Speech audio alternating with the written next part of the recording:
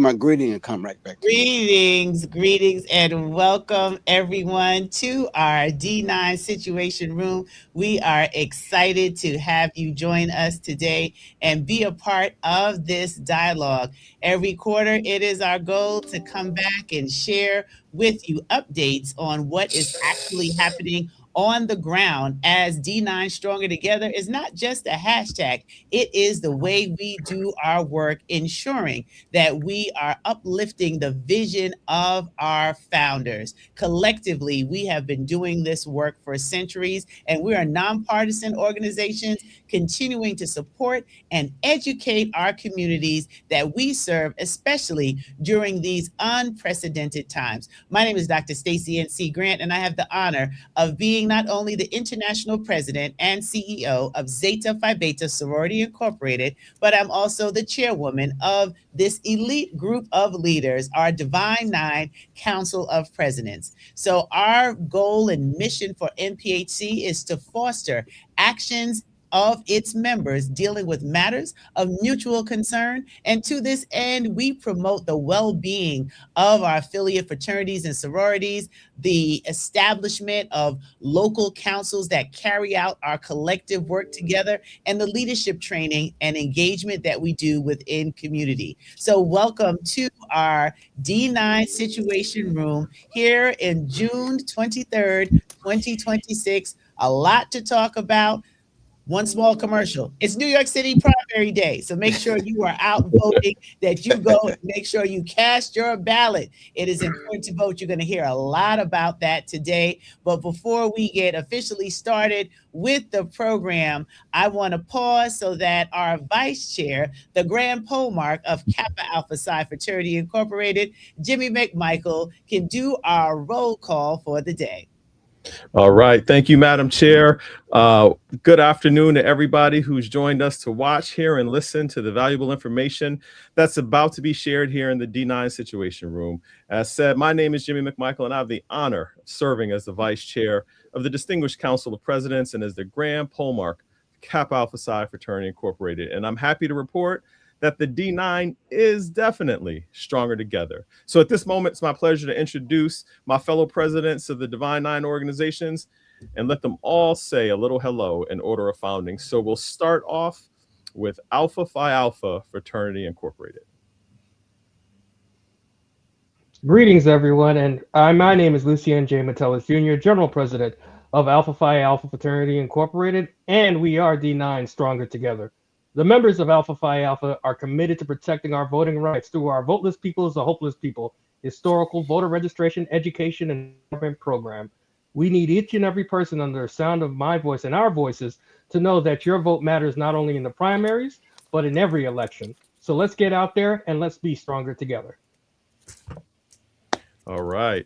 Next up, we have the international president and CEO of Alpha Kappa Alpha Sorority Incorporated, Mr. Anthony Reed. She is sending her love from afar to the ladies of Alpha Kappa Alpha Sorority Incorporated Vice Chair. So we want to shout out all the members of Alpha Kappa Alpha Sorority who are here with us. Go ahead and drop it in the chat. Let us know that you're here as you hear the roll call from our Vice Chair. All right.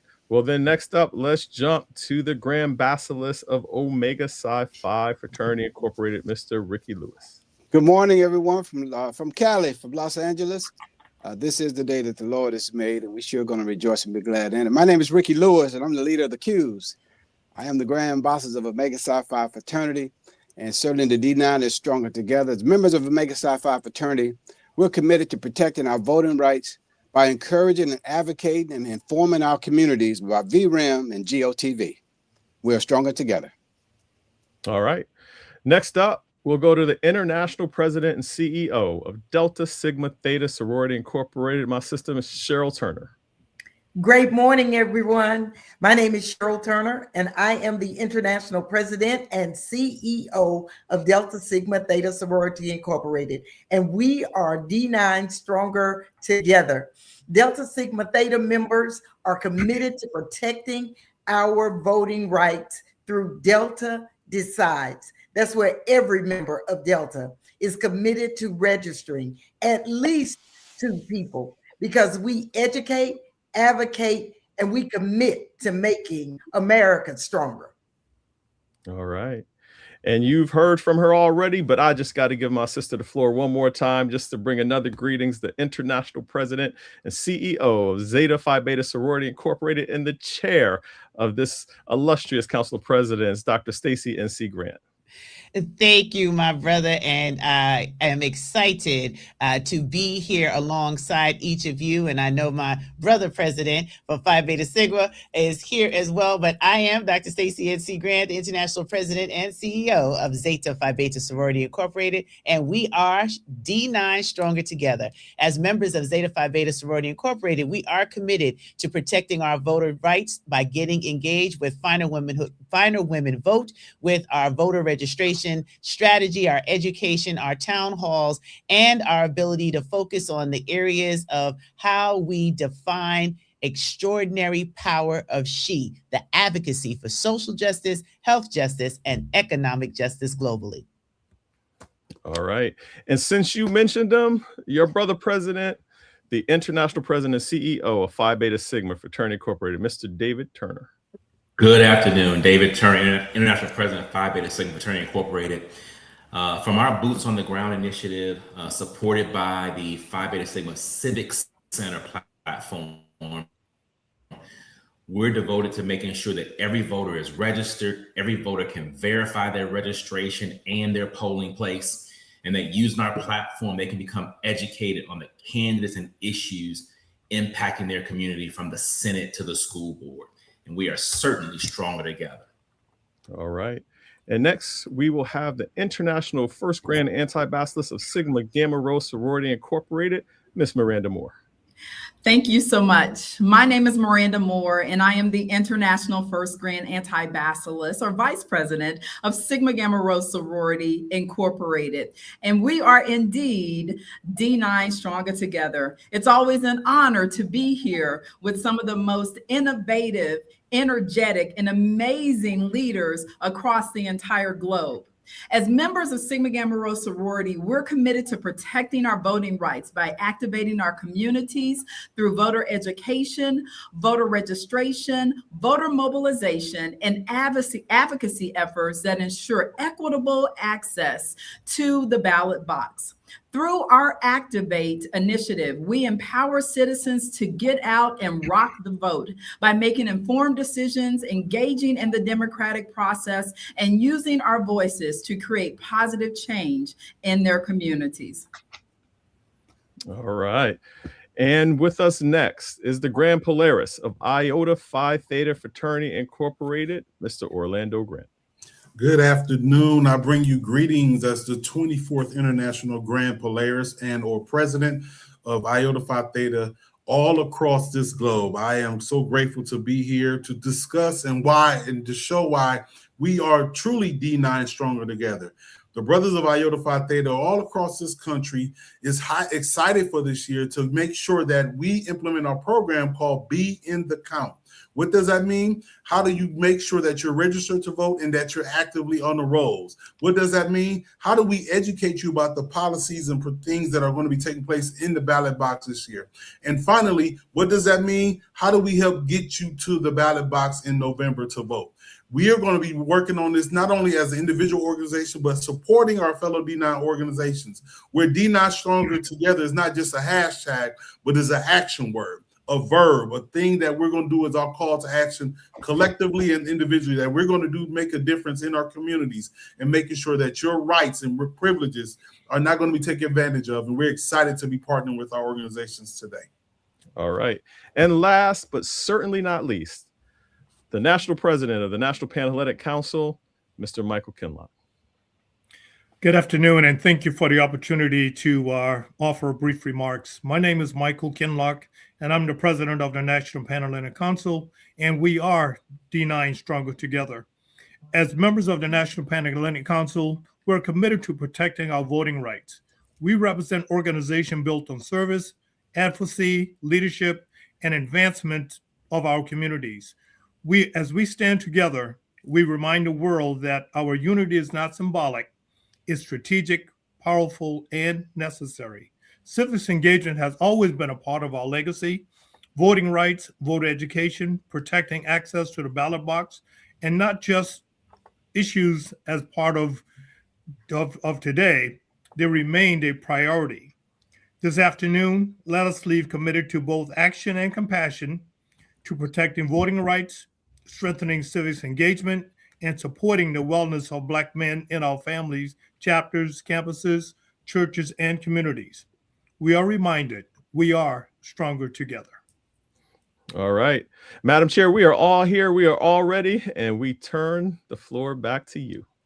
Thank you, Vice Chair. I appreciate the roll call. I see everyone shouting out their organizations in the chat. We thank you for being here. Share it with somebody. We know for some folks, this is lunchtime. For others, it might be breakfast time. And if you're across the globe, it might be dinner time. So whatever time it is, we are grateful that we can use technology to connect us together as we talk about the very important challenges that we're facing currently for our communities. As we collectively share, our role as members of the Divine Nine is to uplift the way in which we share information, credible information with our communities, moving them to action. The opportunities that are afforded us to be able to be a part of one of the largest organized constituents of Black excellence is one that we don't take lightly. And we know that every single member of the Divine Nine understands the assignment, and that is to serve first, to make sure that we strengthen our bonds of sisterhood and brotherhood through the scholarship that we personally achieve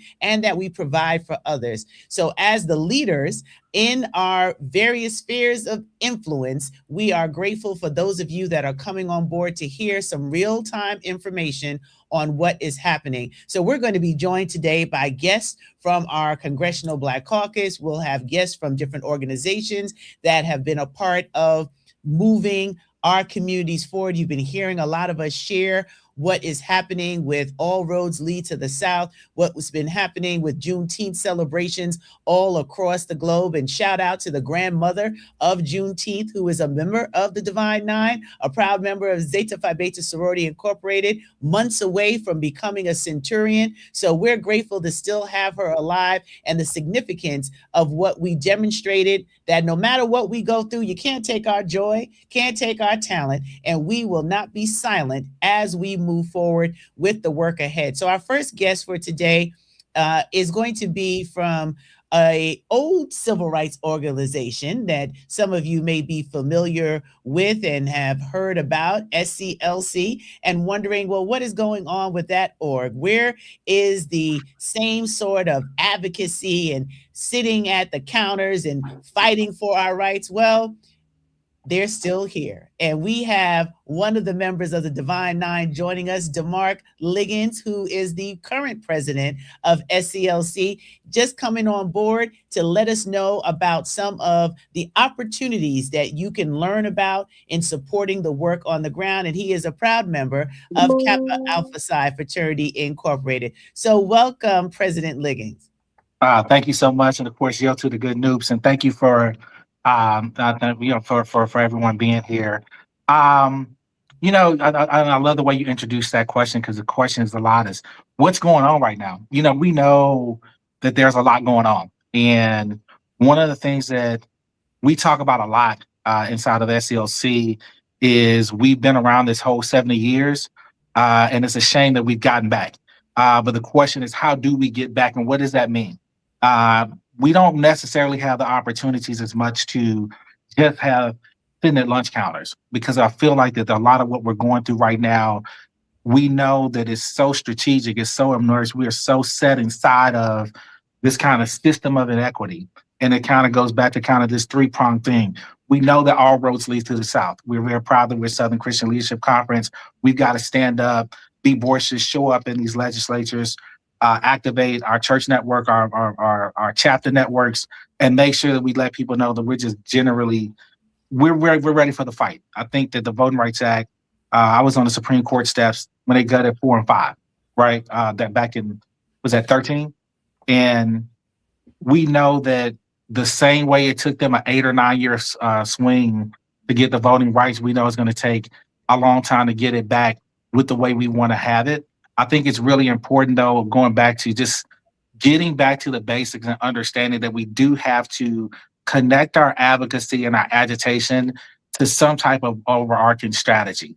I think the one thing that we miss a lot is people love to get out and they want to protest, and I think that's fine. But we talk a lot about you don't want to process at the same time when you're protesting.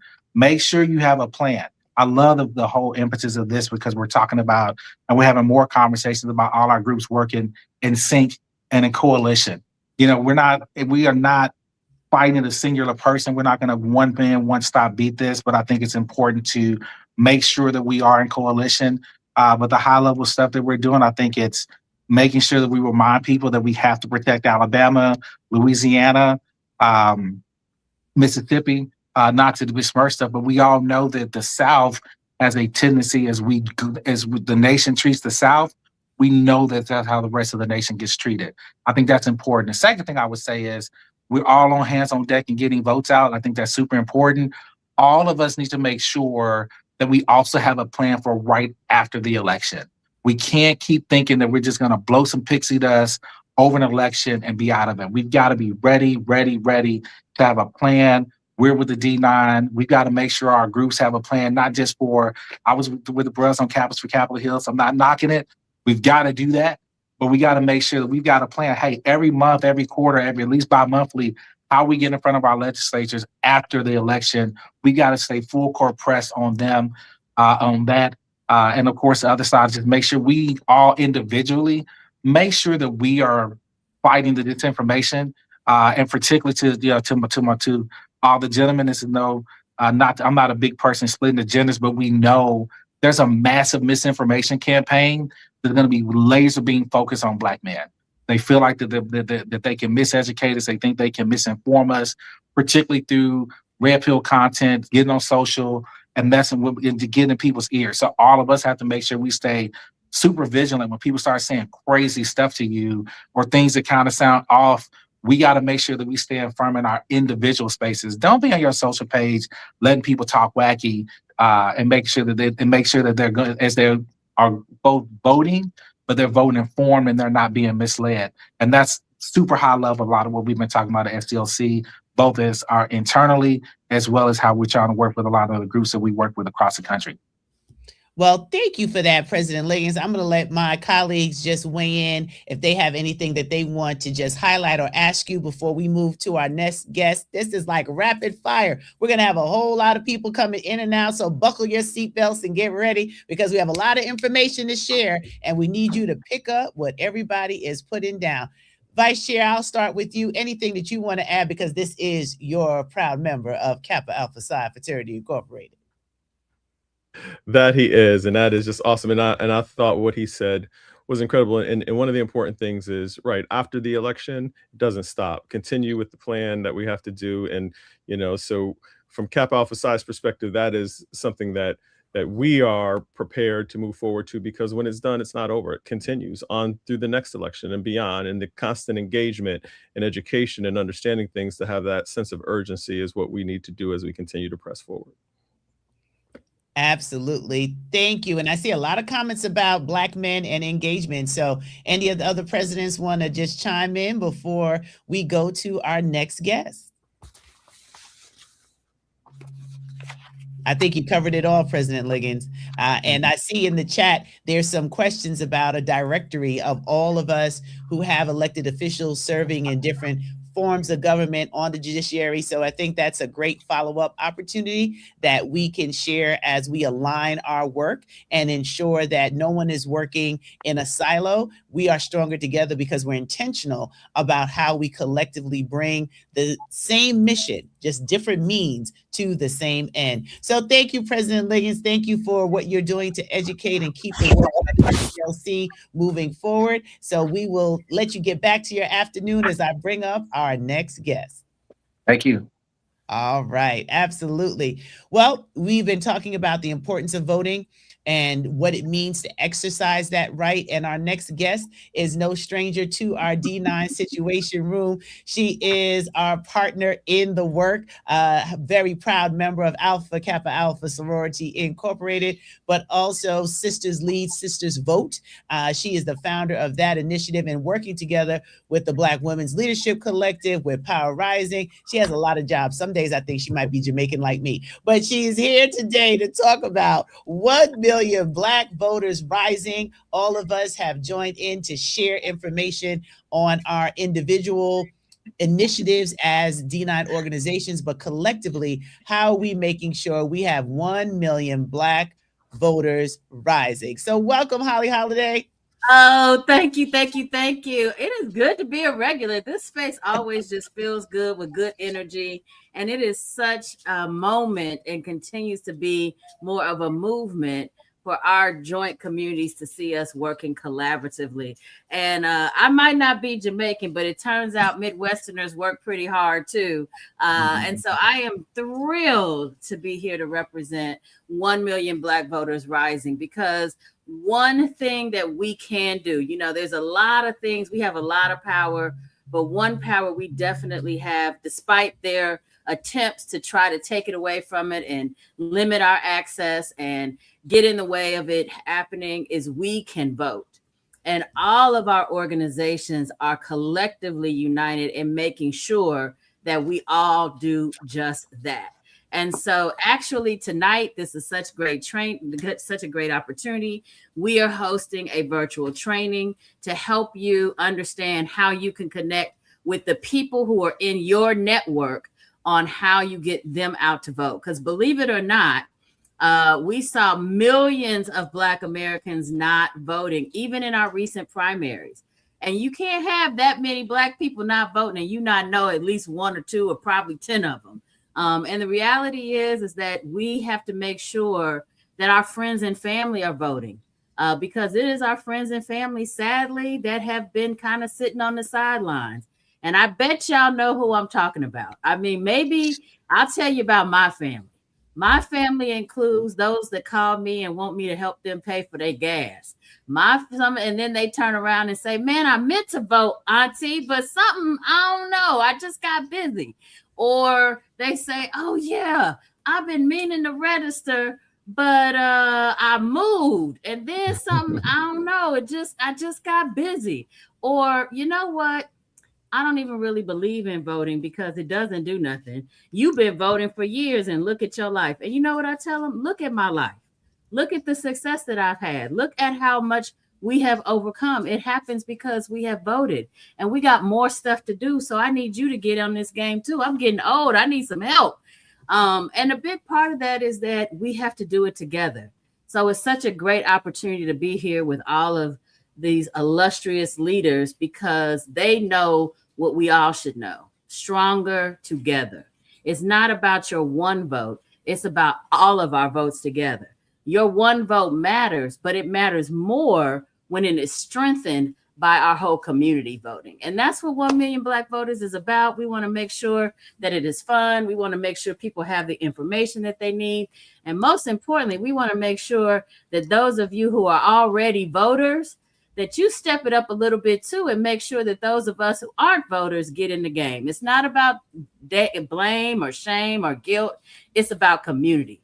And if you want to learn more about how to build community amongst your friends and family, I hope you join us tonight. I'm going to drop the bit.ly in the chat. It is 1 million, it is bit.ly, 1MBVR phase 2 training. And I hope you can join us. Yes, please drop it in so that we can go ahead and share that out. Easy training. It's something you can just tune into. I know all of us multitask and have a lot that we have going on, but this is the time where we have to make sacrifices. Think about the sacrifices that our foremothers and forefathers made with less than what we have. It is our important duty to make sure we're participating. So once again, reminder, there's a New York City primary going on. Go vote. And Holly, can you just share, we're not telling everyone who to vote for. Absolutely not. We're not doing any partisan information. This is just register to exercise the right to vote. just get out there and do something. You know, I trust Black people. Here's what I do know. Most of us voted the same way in 2024, and we didn't need a big meeting to figure it out. All we need is the information. All we need is to understand the direction and how to engage, and we know what to do. So I never tell Black people what to do. I probably get myself in trouble with a lot of y'all trying to tell y'all something anyway. But what I do want to make sure is that you feel like you're part of a community. I do want to make sure that you understand the assignment in terms of that we're doing it together. Absolutely. Absolutely. So to all of my colleagues here, any questions for our sister Holly? I'm putting it across the screen. It is in the chat. 1 million Black Voters Rising.org is the website where you can go ahead and find out the information. There's curated and customized for all of our different partners. So make sure you go and check it out. Share it with family, because what you just said is important. I argue with people in my own family, right? And especially some of my West Indian families. And I said, "Me care about a, what you mean? If you are a citizen of this country, you have to vote. It matters." It's some races are 20 people, 30 people, less than 100 people are deciding who is going to be the ones to create laws that affect the streets you drive down. It affects the schools your kids go to. It affects the senior care that your elders have. It affects all of the decisions, the things you take for granted. Vote. You think I'm more passionate about voting? Yeah, I'm yelling at you. Go vote and talk to your family members who say, "Oh, well, it doesn't really matter." Whatever. I don't care what they say. You keep harassing them until they vote. I gotten on a lot of my family members' nerves. Trust me. I think some of them just did it to shut me up. I said, "Don't talk to me about anything unless you've voted." Exactly. So that's the bottom line. You think we made it clear, Holly? I think we got it. And I just want to thank you again, all of you all, for this opportunity, for keeping this front of mind. Together we are stronger, and we are getting ready to get our community out to vote in a major way. And Madam I want you also, oh yes, President Turner, go ahead. And then I have one more question for our Sister Holly. Just a comment. I just want to thank Sister Holly for always being that voice of truth, that resource of knowledge, for not only being in the trenches, but leading the charge. I'm always so happy when I'm in a space where she is, because I know that, you know, my spirit will be uplifted about all of this because she's so passionate. So thank you, Holly, so much. Oh, that means a lot, President. Thank you. Oh yeah, she's a national treasure for us because of the passion behind the work. And Sisters Lead, Sisters Vote. Let's also give a little up. We're talking about the pressure of voting, but you've been tracking some of the success that our voting has afforded us. So I don't want you to leave without also sharing that importance, because it'll uplift all of our members who are on the ground doing and wanting to know, is it making a difference? Listen. We are voting today in Maryland and New York, but I will turn you to last week in Georgia, and mighty number of brothers and sisters that will be proceeding on to the general election. We have more than sadly, the Sisters Lead, Sisters Vote mainly count the sisters, but we know the brothers are there. But I can tell you that we have moved forward more than 40, that's right, 40, more than that, I'm still counting, African-American women, starting at the top of the ticket with Keisha Lance Bottoms in the governor's race, forward in Georgia. So this is statewide, this is countywide, these are in local elections, these are in congressional races. Black people are leading in all the spaces, and it is because we are showing up to vote. If your representation matters to you, if you want to make sure that there's someone sitting in a chair that represents your interests and your values, you have to vote them in. And we have been doing that all primary season. It is not too late. If you're listening to my voice and you're in New York and Maryland, go to the polls right now if you haven't voted.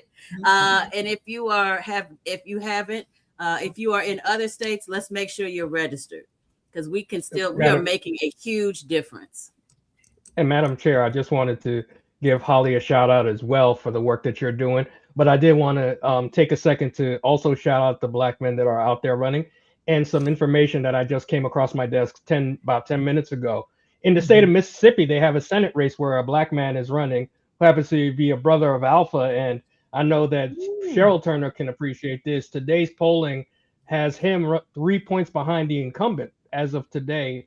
So you know that if we turn out in Mississippi, especially, that there may be a change. I'm not saying which is good and which is bad, but if it's only 3 points on a poll right now, that means that they're within striking distance. So that's definitely the community that we need to push out.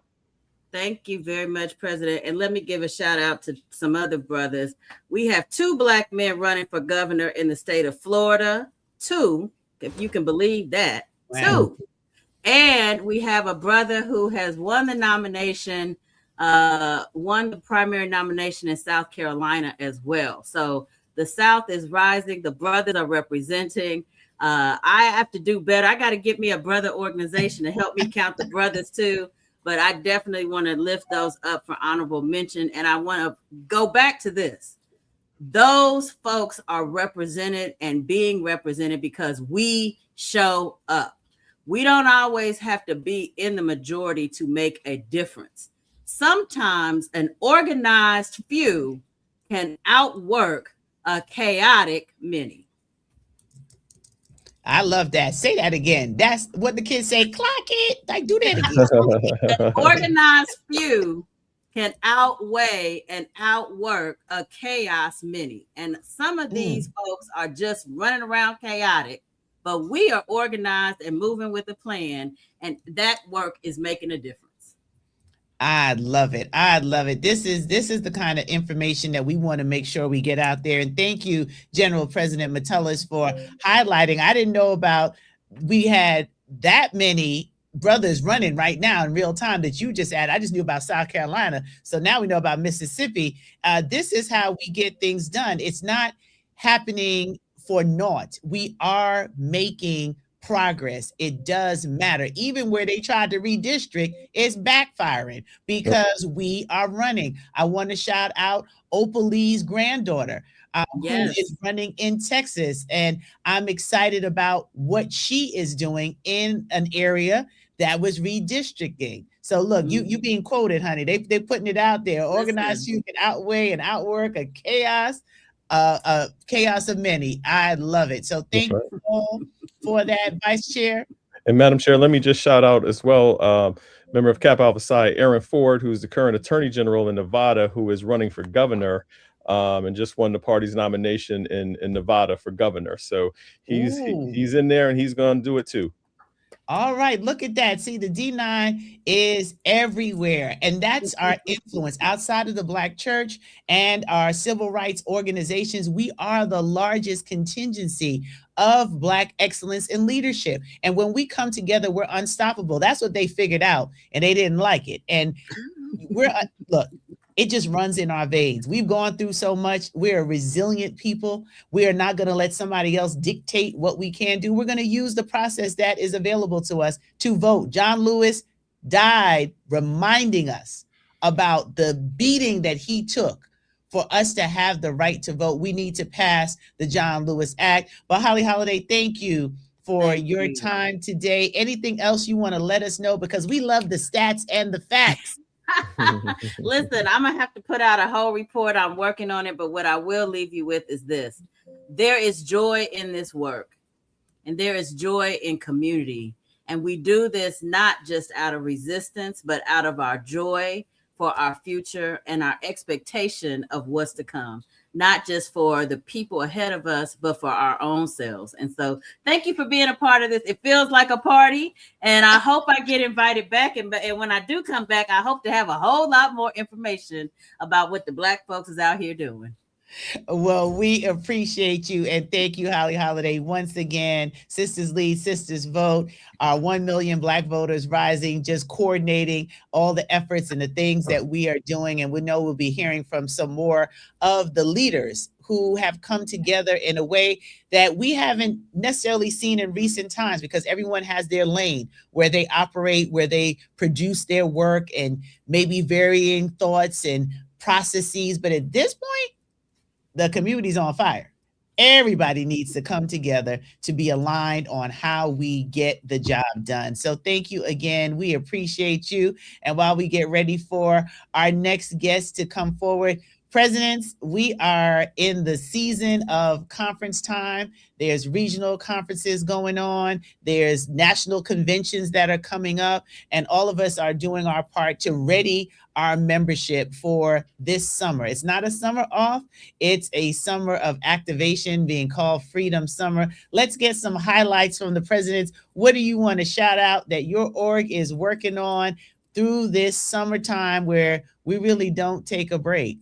We claim we do, but we don't. We just keep going on. The service continues. Vice Chair, you just had a wonderful leadership opportunity for your members. You want to share a little bit about the excitement that you see with the up and coming leaders of Kappa Alpha Psi Fraternity Incorporated? No, absolutely. And so we're doing many things in that space. We just came off of our Province Council season and had our leadership summit, which we gather to do a couple times a year with all of our leaders throughout the fraternity, to just develop their ability to lead and make sure that they're plugged into the issues that affect us and communities across the globe, because all of our organizations are global in nature. So we make sure that we do that. We're also using this summer to do stuff with our youth. We have our Kappa League conference this weekend where we're jumping in and making sure that our next generation are plugged into the issues that affect them and they're educated on the things that they need to know, because this has to be generational for us. We're carrying things right now, but we're preparing them to carry things next. So we're making sure that they're up to speed on everything that we need to do. So this summer, we're doing a lot in our youth space and getting ready for our next round of our leadership conferences this fall, going into our winter leadership stuff. So we are pressing the gas on all vehicles that we drive. I love it. And it's so important that we keep that intergenerational focus in all of our organizations. We celebrate our senior members, and I know all of us have different names for those who've served over 50 years within our organizations. And then we have that next generation, the generation of Gen Xers, where some of us here on the council sit. And then we have the millennials and the Gen Zs that are coming up and picking up the baton to move forward, and all of our youth programs that allow us to ready our next generation of leaders. So it's more than what some of the community might just see. Well, what's the D9? Do they just step and party? No, we do real work. Right. We do volunteer work. None of us get paid for this work. We are here because we believe in the tenets of our organization. We believe in what our founders set forth to do over a century ago, and we're living out their wildest dreams. So let me see what our other presidents are up to. President Turner, I know you've been on the road too. It is regional conference season for Delta Sigma Theta.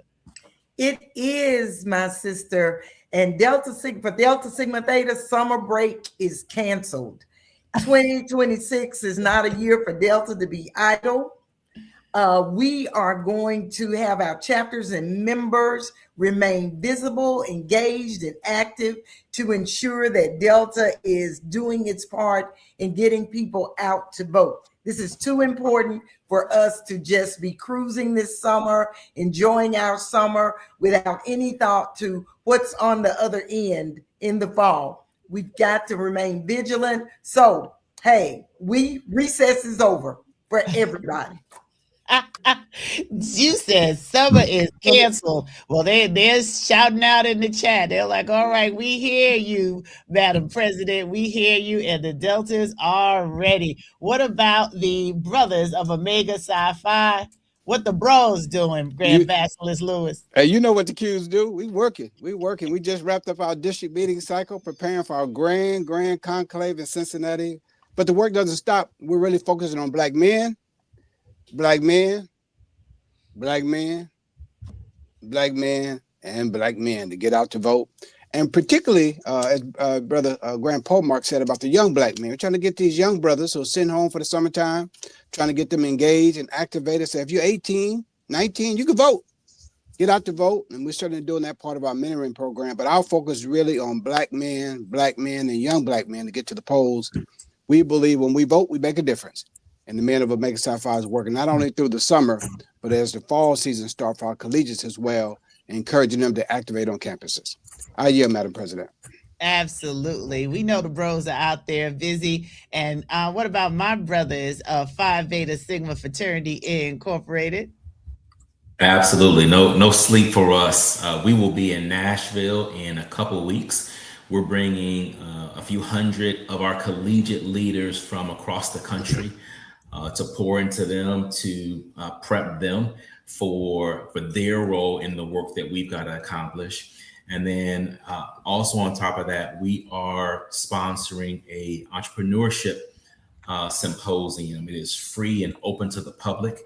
We're bringing in some brothers who are some powerhouses. We're bringing in Brother Keith Perrin, one of the founders of FUBU. We're bringing some others in because we also understand the importance of economic justice for our communities. And so those two focuses for us will be that week in Nashville.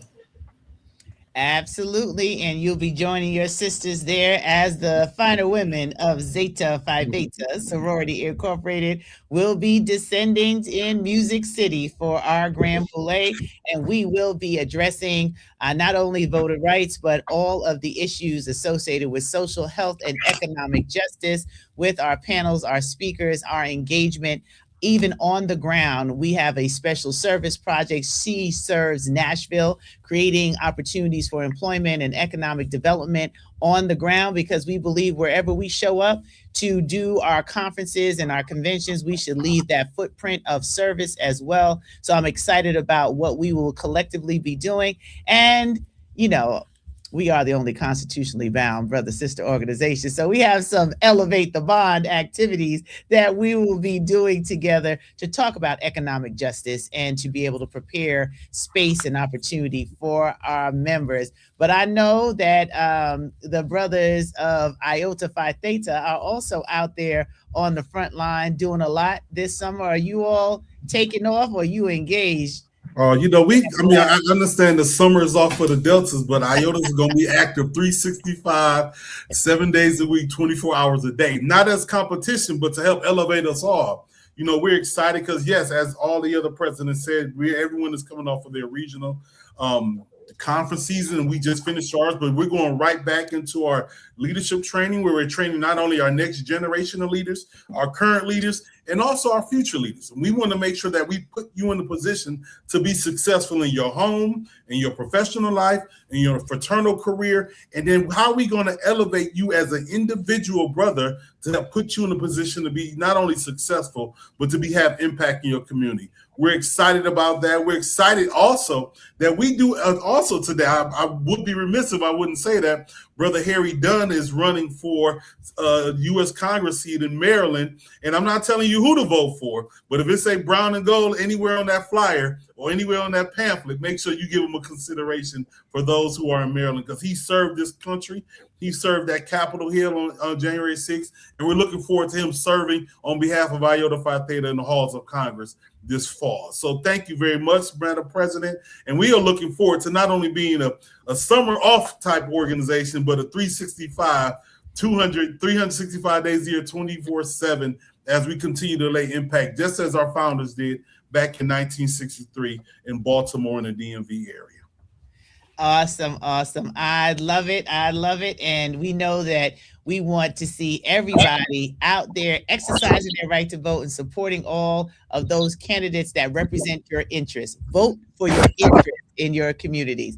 So the Ice Cold Brothers of Alpha Phi Alpha Fraternity Incorporated gonna cool us off a little bit for the summer, or are you lighting us up? Which one you doing, General President?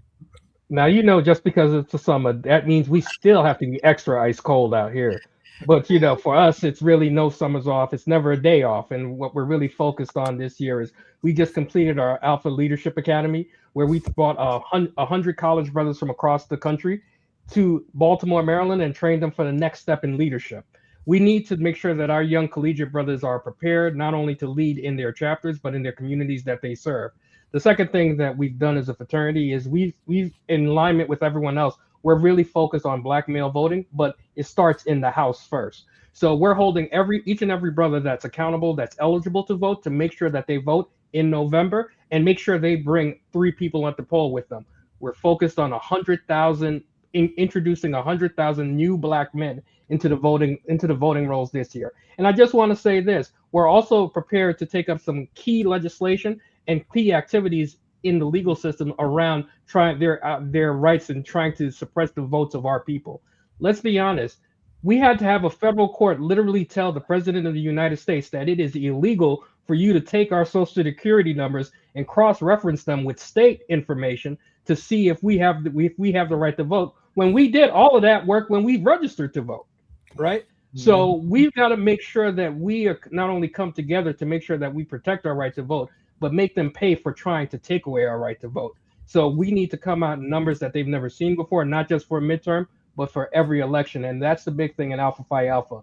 We're saying every brother, every election. That means it doesn't matter if it's for the dog catcher or for the president of the United States. We expect the largest turnout in the history of our country over the next 4 to 5 years, because this is a long fight, not a short one. Absolutely. It is a long fight, and we are in for it. We are built for this. This is the new civil rights. So all of us are here showing that we are D9 stronger together, not just in a hashtag, but in the actual way we do our work. These leaders are my family, and I'm blessed to be able to have them participate in this work together, right? We all have our responsibilities. We were elected to do a job, but collectively, we are unstoppable. And I am so excited about the next few guests that are popping in. And we thank Holly Holiday for coming once again to be with us. But we have somebody who sat in our seats before as an international president, but she is also representing Deltas for Action, which is one of the organizations that partner with all of us on the work. And then we're going to hear from Legal Defense Fund and have some more real-time tracking that you need to know on how to protect the vote, how to make sure you're getting resources and information as you're activating out on the ground. But I affectionately call her number 26, but she's here in her D4 capacity. She is the 26th International Past President of Delta Sigma Theta Sorority Incorporated and on the board of D4. Welcome to my dear sister, Beverly Smith. Well, thank you, number 26. I appreciate the chance to be here. Since we're both 26, it's good to see you. It's always good to see my international president and chair of the board of directors, so Cheryl Turner. Hey, Madam President, how you doing? Look at this. I am great, Madam President. It's so good to see all of y'all. And you know, I will tell you, D4 Women in Action is 6 years old. We founded in 2020. I was the founding president and I'm current chair of the board. I'm sitting in on for our president, Rhonda Briggins, who had another commitment today. But, you know, we're here to share a game plan and support for all of us. And I think that's what it's all about. Now, I have to tell you, we are both anxious and excited about this midterm election because we truly believe that we have a chance of winning in places where we need to win. So I'll remind our audience first that the D9 organization are 501c7 organizations, which can focus on social action, which means they can educate its members on critical issues, on issues important to their constituents, on training on those issues, and training the members on how to approach their political leaders who represent them as individuals in their districts, and then get out the vote training. In regard to D4 Women in Action, which is a 501c4 and Omega Psi Phi, and I saw that Omega president there a moment ago, also has a 501c4. We can focus not only on social action, but on political action. As a 501c4 organization, we can go in all the areas that we've already mentioned, but we can also actively support and oppose candidates.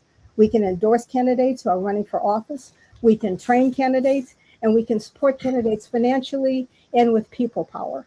And when you put the D9 organizations and what they can do together with the C4s, it's a force that's stronger than we could ever be in terms of collaboration. Now, I will tell you, one of the things that we've discovered along the way, and most recently, is that social media campaigns are not the way to go. There's a big difference between them. They get ugly, they get messy, people get tired of seeing them. But the strategies we have, and we believe there are two things that we can do to really win these elections: the education game and the ground game. Those are the two things that are going to allow us to win. And we've learned that from experience with Sorrel Also Brooks, who ran and others who ran that we endorsed. Making sure people know how the issues affect them. You have to make the issues relevant to the individuals who are voting, and getting the help with the candidates to get boots on the ground help for them where significant help is needed. Those are the major things that really help us win. Educating on what will happen if we do not win these elections, on what the issues are, and making sure we've got a good ground game and get out to do what we can. So I'm going to take a couple minutes to share what D4 is doing in support of all the D9 organizations. And these are the things that we really believe can make a difference and make sure that we all work together. So far, we've had 2 webinars. In regard to education, we do a lot of webinar trainings. In the past ones we've had 2 recently that I want to mention. From Data to Doors, which was about empowering the Black voter in terms of mobilization. We had a session with, I know a lot of you know Terrence Woodbury from HIT Strategies. He gave us some phenomenal information in terms of what strategy we can use, what the data says today that can make a difference. He has a firm belief that we have a chance in these times. So we had that webinar. It was a 2-part series. So we had Terrence come in first to really talk about the data, a real deep dive on how that went. The second webinar we had in the series that just passed in the past 2 weeks was with our soror Ashley Etienne, who was not only a political leader, but was the White House communications director for both Nancy Pelosi, Obama's, and for the latest candidate we had in terms of Kamala Harris, who really talked to us about how to do communications training, what kinds of things you needed to do to get out the vote. What can you do to anticipate and give the why to voters to train? These 2 sessions that we just finished were actually open to everybody. We had members of D9 from all organizations represented who participated in that, and we were very excited about that and having them there. We have one that's coming up that I do want to mention to you that is also open. We're having a town hall meeting. We are partnering with the Omega Network for Action, which is the Omega Psi-Phi's 501c4 organization as well. This one is going to have, if you can believe it or not, a panel of 10. We're excited about that. We're going to see how that works. But we are having all of the representatives, all the candidates who are running for office, who are the Black candidates in the South, will be on this to really talk about the issues and concerns that they have. So we're very excited. They are D9, some are not D9, but we're happy to have them there. We also have a guest speaker, Lucy McBath. I don't know if you all are familiar with this, but Lucy is a representative. She's a Delta, but she's a representative from the state of Georgia. Lucy has been redistricted 3 times in all 3 of her elections. Every time she wins, Georgia manages to redistrict and move her to another district. The thing with Lucy is she has won every time. No matter where they put her, that Delta is out there pushing and she wins them all. She is one of our guest speakers, and she is going to speak about how we can fight redistricting. Even if it happens, what do we have to do to win those fights and to make sure that we're there? That session is coming on, and hopefully many of you have seen the notice on it. It is on June 30th. It's at 7:30 Central Time, 8 o'clock Eastern Time. We will have, it's an hour-and-a-half session, but it's got everyone on who matters to us in terms of speaking on their perspective and what those running for office right now and those who have run and beat the odds have done and what they need from us to do to support us. The other things that we're working on in terms of training, this is part of the ground game, because I mentioned that ground game is so specifically important to us because it matters to be out there. We have someone in Georgia running for governor, Keisha Lance Bottoms. Her opponent has spent $130 million to try and beat her so far. That's just to get himself out of the primary. We know he's going to do this now. But we also look at Angela Alsobrook, who had 31 million and her opponent had $130 million that he was putting into his campaign. She won that campaign. She won because of boots on the ground and what we did. So we have some training that we're doing to try and help with that. That is training we have for people. We've got a training series on door knocking and canvassing. How do you do that? So we're doing webinars to train on how you do that. We also have training available on phone banks. How do you run a phone bank? How do you manage it? How do you make sure it's successful? We also have, in our case, we have training for candidates. Now we focus on, for our training, candidates who are members of Delta Sigma Theta. Omega Psi Phi has a fellows program that is open to anyone. And I know they have a variety. They have men and women in their training sessions. They have Delta. They have someone who's not Greek, but they focus on a broad perspective of it. That training for candidates to help them understand what to do, how to do it, how to message, giving them mentors, giving them support, and then making sure we have those endorsements. Our endorsements are coming out in the next couple of weeks. We have a meeting on endorsements. You have to fill out an application to be endorsed. We vet candidates very carefully, want to make sure that they are supporting our interest in who we are. Doing those things together and working together with D9 and our C4s is important work. We think as we collaborate that we can do this and provide what we need. We need to educate our folks. Absolutely. We need to not only educate them, but here's the issue. They got to vote. Yes. And that's what we've been reminding them. You have to physically go out and vote. They have and to. I'm so glad that you shared those upcoming They have to. And I tell you, I have to say, dates. My favorite Alpha president, Everett Ward, has something that he says all the time that I think is priceless. A voteless people is a hopeless people. Yes. and that is the truth. And we're not hopeless. And we thank you. I'm bringing two more people to the stage and this conversation. Another one of our hardworking representatives, my soror, Representative Sydney Kamlager Dove, representing California, who knows just what you're talking about. Our sister soror Beverly Smith on this work.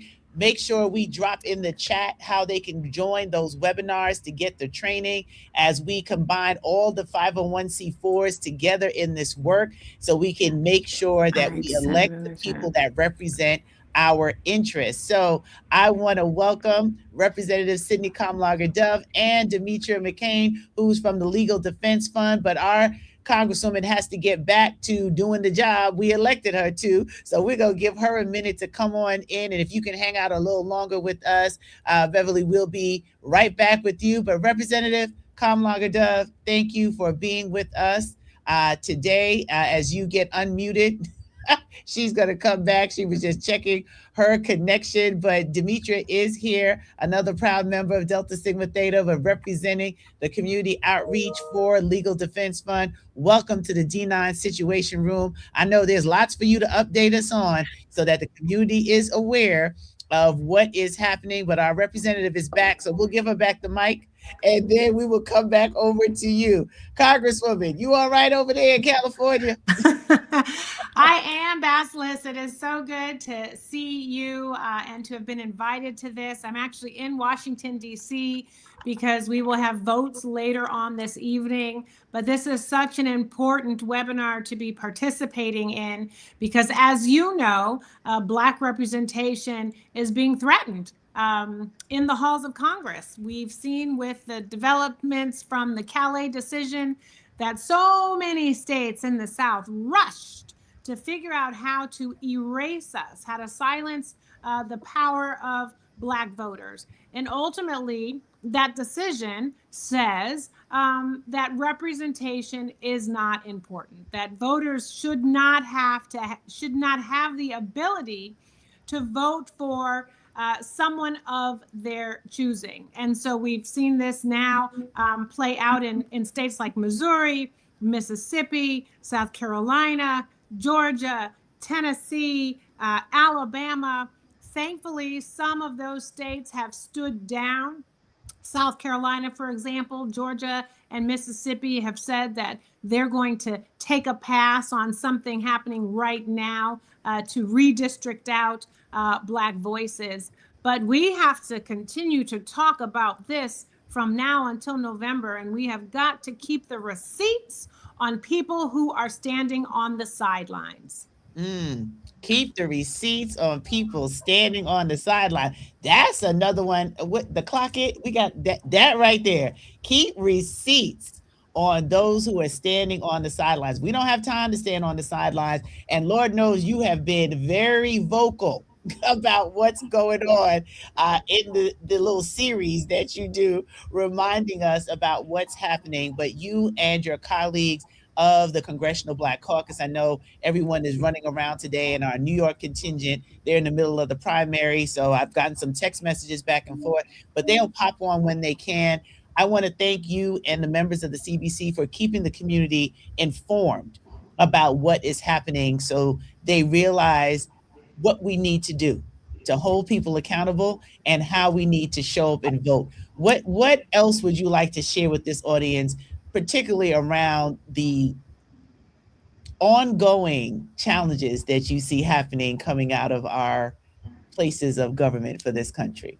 Well, I mean, we have a very dysfunctional government right now. We have a menace in the White House who remains intimidated and jealous of the fact that we had a Black president who is the president for everyone, and who is still recognized. I mean, he has like a 54% approval rating, which is unbelievable. And this guy, this president, actually has approval ratings like in the very low 30s. So I say that as context because we might be feeling a bit disenchanted right now. Maybe 2024 didn't go the way some folks wanted. Maybe folks are still in their feelings about telling folks beforehand what we would be experiencing if this person became president. And I am just sharing facts. I am not being partisan.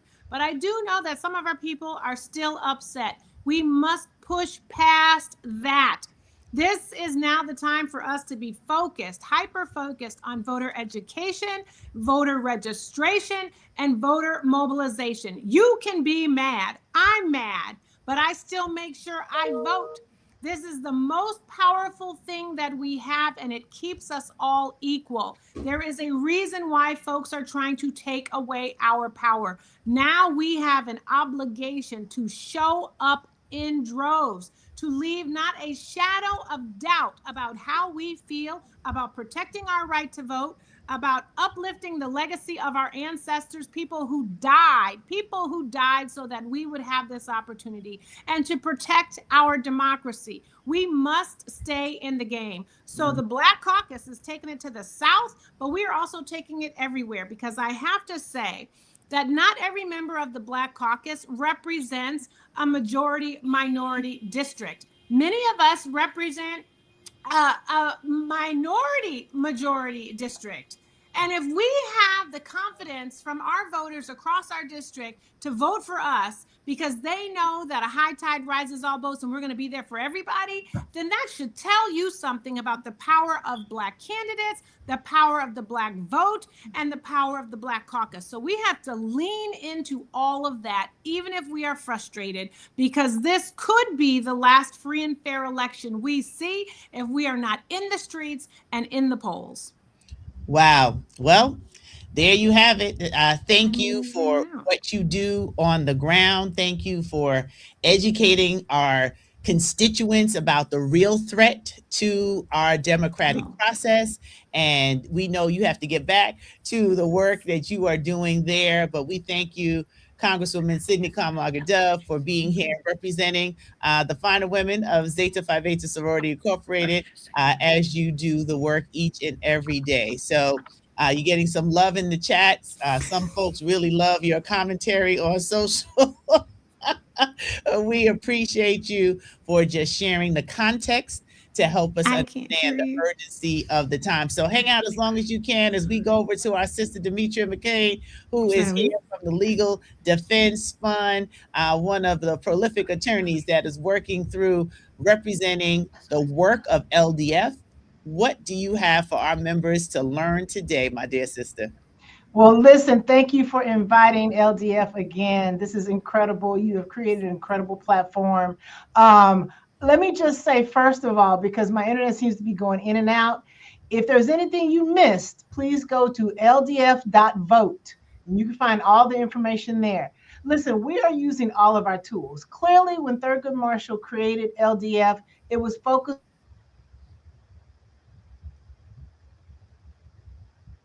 I think we had a little snafu there with the signal. We know the weather has been a little funny when it comes to reception. Litigation. Okay, you were paused for Our a moment. organizers. Okay, where did I leave off? Right at the beginning. Okay, all right, all right. LDF.vote in case I get cut off again. Listen, we have a lot that we're doing. Our organizers were responsible for All Roads Lead to the South, and as well as Freedom Summer, that's still going on. Our litigators have been busy. We're pushing for federal protections and state level protections in the Voting Rights Act, like the John Lewis Voting Rights Act. But I want to talk about two recent things in my short time here, and that is the League of Women Voters of Massachusetts versus Trump lawsuit. Listen, we have been in partnership with other voting rights organizations. We're representing voting rights groups, including Delta Sigma Theta, in a lawsuit challenging President Trump's most recent unlawful executive order on mail in ballots. We've been talking for the last hour about voting, and we want people's votes to count. But this executive order on against mail-in ballots is entirely illegal. The president issued this executive order in March, seeking to just totally undermine mail-in voting. People have been mail-in voting for years. Matter of fact, a Pew Research study showed that more than 1 in 3 voters cast their ballots by mail in 2024. That tells you how important mail-in voting is, which is why it's under attack. And so this unlawful executive order is nothing but a recipe to disenfranchise eligible voters like our people. And that's going to create incredible obstacles for us, particularly elderly folks, people who are otherwise disabled, people who are overseas, who are citizens and residents of this country, guys, untold members of American citizenry who should be able to vote. And so that federal lawsuit was filed back in April. And listen, far from improving elections, executive order is just going to create chaos for the election officials. And it's also going to erode the public confidence in our elections. And so I'm happy to report that just last week on June 18th, the federal court ruled that our clients, including my own organization, Delta Sigma Theta, shout out to Dallas alumni, that our clients could actually continue with their legal challenge to President Trump's executive order that's going to try to restrict mail-in voting. And so that's going to be able to go ahead for the upcoming 2026 midterm election. So we're super pleased about that. Now, the ultimate decision of the case is not over, but we are just really happy that the federal court ruled in our favor that we Absolutely. Look, you got right to the last sentence before you had a little continue this tech legal challenge. challenge as we face the. Okay, can you hear me now? We can hear you now, but we heard the important news, so we appreciate that challenge is going through. So thank you for fighting through. I know you are on the road doing this work. It shows that advocacy, agitation, all necessary in order for us to get results. So thank you for joining our D9 Situation Room today. And Ms. Beverly Smith, number 26 for Delta Sigma Theta, thank you for joining and being a part of the conversation as we get ready for our next set of speakers who are going to be coming up. As we keep this going, we have a little under an hour to go, bringing you update and information from those who are actively engaged on the ground, making sure that we are letting our community know what to do and how to do it. See, the presidents are hanging out. We're going in and out of our meetings and obligations today, but the purpose of the D9 Situation Room is to inform our communities using media constructively and for an educational tool that you can take this information, you can replay it with your chapters, you can share it out at the end of chapter meeting just to say, hey, did you all hear what was said? Do you have such and such information? Let's bring them in for a town hall, a D9 town hall, an opportunity to continue this work. So the two folks that I'm bringing to the stage, one is no stranger to the D9 Situation Room. She is one of the co-founders of Black Votes Matter. Thank you so much, Latasha Brown, for being here, my sister, because you've been involved in getting us all involved in the nonpartisan work of All Roads Lead to the South. And my brother Vince Evans, who is multitasking with the CBC, he's been managing, working on getting folks in and out today, but he is the executive director for the Congressional Black Caucus Foundation. So we'll be bringing Vince up as soon as he is available to join in, as this is a busy day. This is a voting day. There's a lot going on the Capitol. So we appreciate their time and presence. So, my dear sister, Latasha Brown, thank you for joining us again. Can you just let the community know some of what we've been sharing as opportunities over the summer to be engaged? As our president, Cheryl Turner, said, summer break is canceled. She has told all the members of Delta Sigma Theta we are out on the ground, and all of the D9, we are standing together, making sure we're activating this work and doing it in a way that truly brings results. And Yes. that is what you're all about, getting the data, the analytics. And we're just so glad that you're here. And then we'll let Vince come on in and join the conversation. So over to you, my sister. Well, the first thing I did right was the day I started to fight. Keep your eyes on the prize and hold on, hold on. I always start in song because I always want us to remember from which we came and the folks who laid the foundation and sang that song. And who are we to say we ain't gonna fight back when our folks did all this work to make sure that we actually get representation? And so a couple of things I want to say. One, I am grateful to be here with all, and thank you for our illustrious presidents that are on this call. I'm grateful to be here and be invited in this space with you all. There's a couple of things, even with the words of that song, it says the first thing I did right was the day I decided to fight. And so I think we have to understand that this is not in a question around what is just about our participation. This is about our power. This is around, there is a concerted attack to take the power of choice away from our communities. And we've got to respond. I've been doing work around voter disenfranchisement and voter suppression my entire adult life. This is a different ball game. I don't know if we can't see this. This ain't just about voter suppression, y'all. This is about the absolute stripping away of our political power to actually make choices and shape not only representation, but the policy that would impact our communities. And it makes a difference. And so part of what I kind of want to share, though, is we created. The beautiful thing is oftentimes we say, oh, folks can't get along, people don't get around. Stop saying that. Black folk always work together. We work together, right? There has to be an intention of us to work together.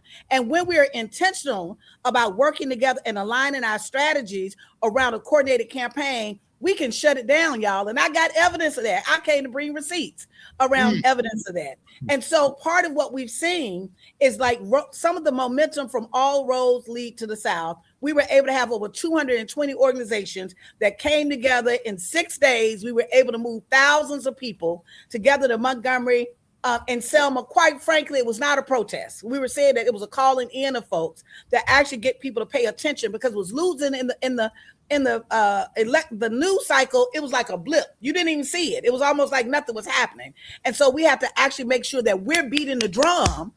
Even in our African tradition and our roots, you would always beat the drum. Beat the drum because the folks know when to gather. You beat the drum because people know something is happening. You beat the drum because you're actually preparing for war. That has always been culturally with coming out of the roots of our community. And so we got to beat the drum. We need all of us, anybody that's listening to this, we need the Divine Nine. We cannot allow this conversation around the stripping of Black political power to die. We have to make it critical, no matter what you're doing, no matter what you're working on. Like, this has to be a key and a core piece of moving forward. And so these are a couple of things I think that we've learned from that time to this time. That in Mississippi, our brothers and sisters, they organized Derek Johnson and Wakenya Clayton and Clanton and others organized in Mississippi on that Wednesday. What was supposed to happen is that the governor was actually trying to pull Jim Crow out of the grave and have the legislative session in Mississippi at the old Capitol, where Jim Crow, quite frankly, was born. Literally. They got a new capital, but he's going to do it to send a message, right? But what happens when thousands of people show up? When thousands of people show up and say, no, we're not taking this anymore. This is not, and it was a multicultural, multiracial. This is not a partisan issue. And I'm going to talk a little bit about that in a second. Why this is not, we have to see this beyond a partisan issue, and don't even let the Supreme Court box us in to some partisan framework, because it's not true. But what we saw is the governor canceled the session, y'all. Resistance works. The session did not happen because people showed up. In Georgia was starting the session last week to redraw the districts in such a way that was possibly like redrawing 26 state seats that would impact Black folk. What happened? We organized ourselves. People showed up, showed out, were in alignment together. What happened? They canceled the session. South Carolina, the same thing. People showed up, organized ourselves, what happened? They canceled the session. I'm saying this to say, in Louisiana, I can go on and on and on, where resistance works, because part of what we have to do, one of the things that I saw with some of the legislators that were doing, some of them don't want to do this, because let's be clear, that redrawing the districts does not necessarily work for even some of the folks who are incumbents. When you redraw districts, that make all incumbents, whether you Republican or Democrat, that actually you got to now run in a whole different kind of district, right? And so I'm saying that to say that in the space where there's an opportunity, we've got to seize the moment. We have to seize the opportunity. We also got to know that there's an attempt to steal this election. I don't think I'm telling nobody new, right? Nothing new. That there's an attempt to actually shift this election cycle to actually have results that may or may not, that what people want results that won't be in our favor.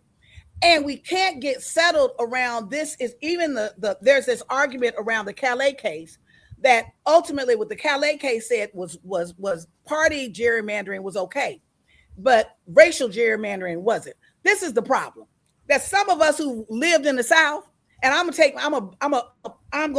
not the same kind of party. I'm not saying it's the same party, but let's be honest. The Democratic Party in the state of Alabama used to have a rooster and used to have white supremacy,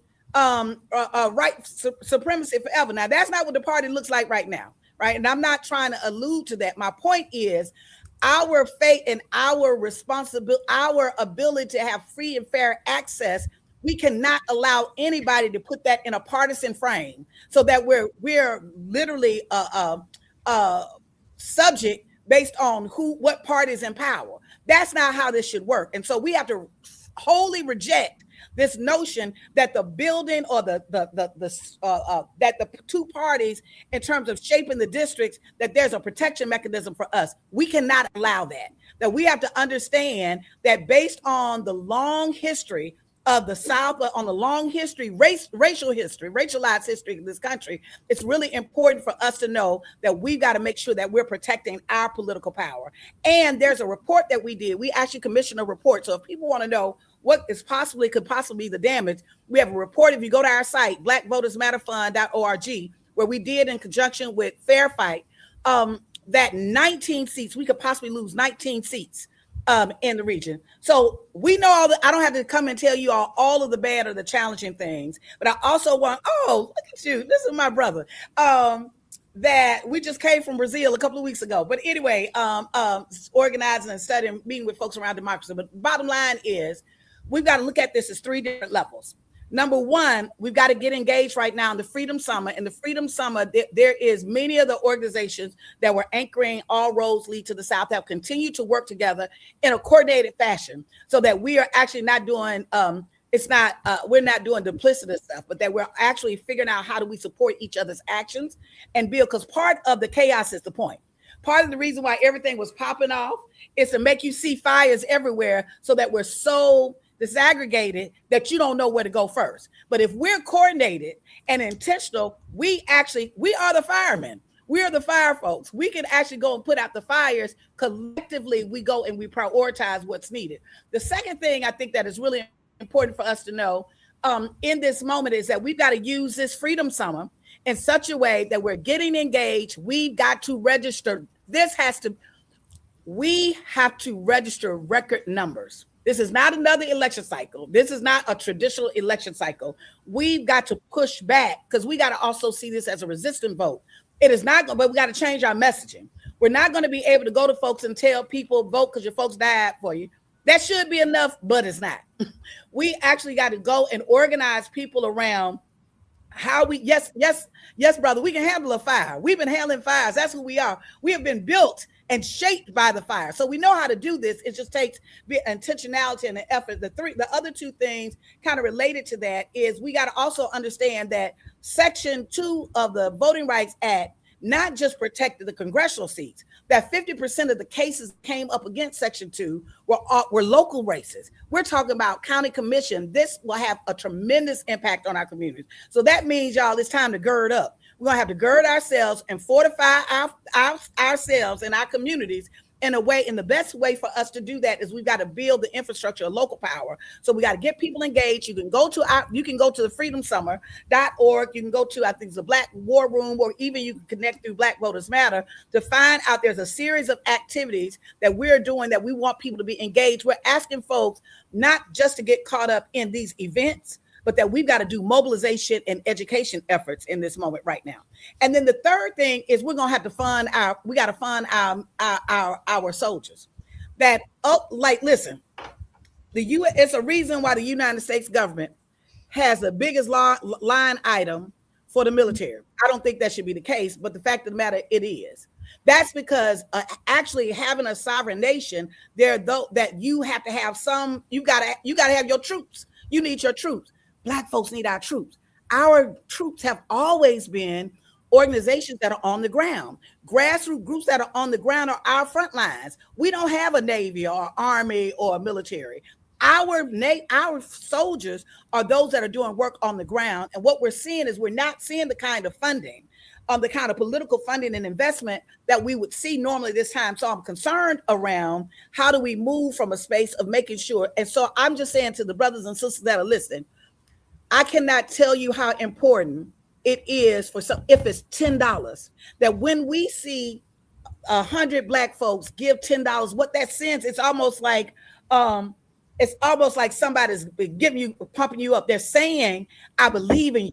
That I believe. So these organizations that are doing this work, whether it's NAACP, whether it's Black Voters Matter, whether it's the National Coalition on Black Civic Participation, whether it's some of the efforts that you all are doing, it's very important that we set resources aside, that we are funding our politics in this moment. I'll stop there because I know others have joined, but I think that this is a particular kind of moment for us to be really concerned around the steel.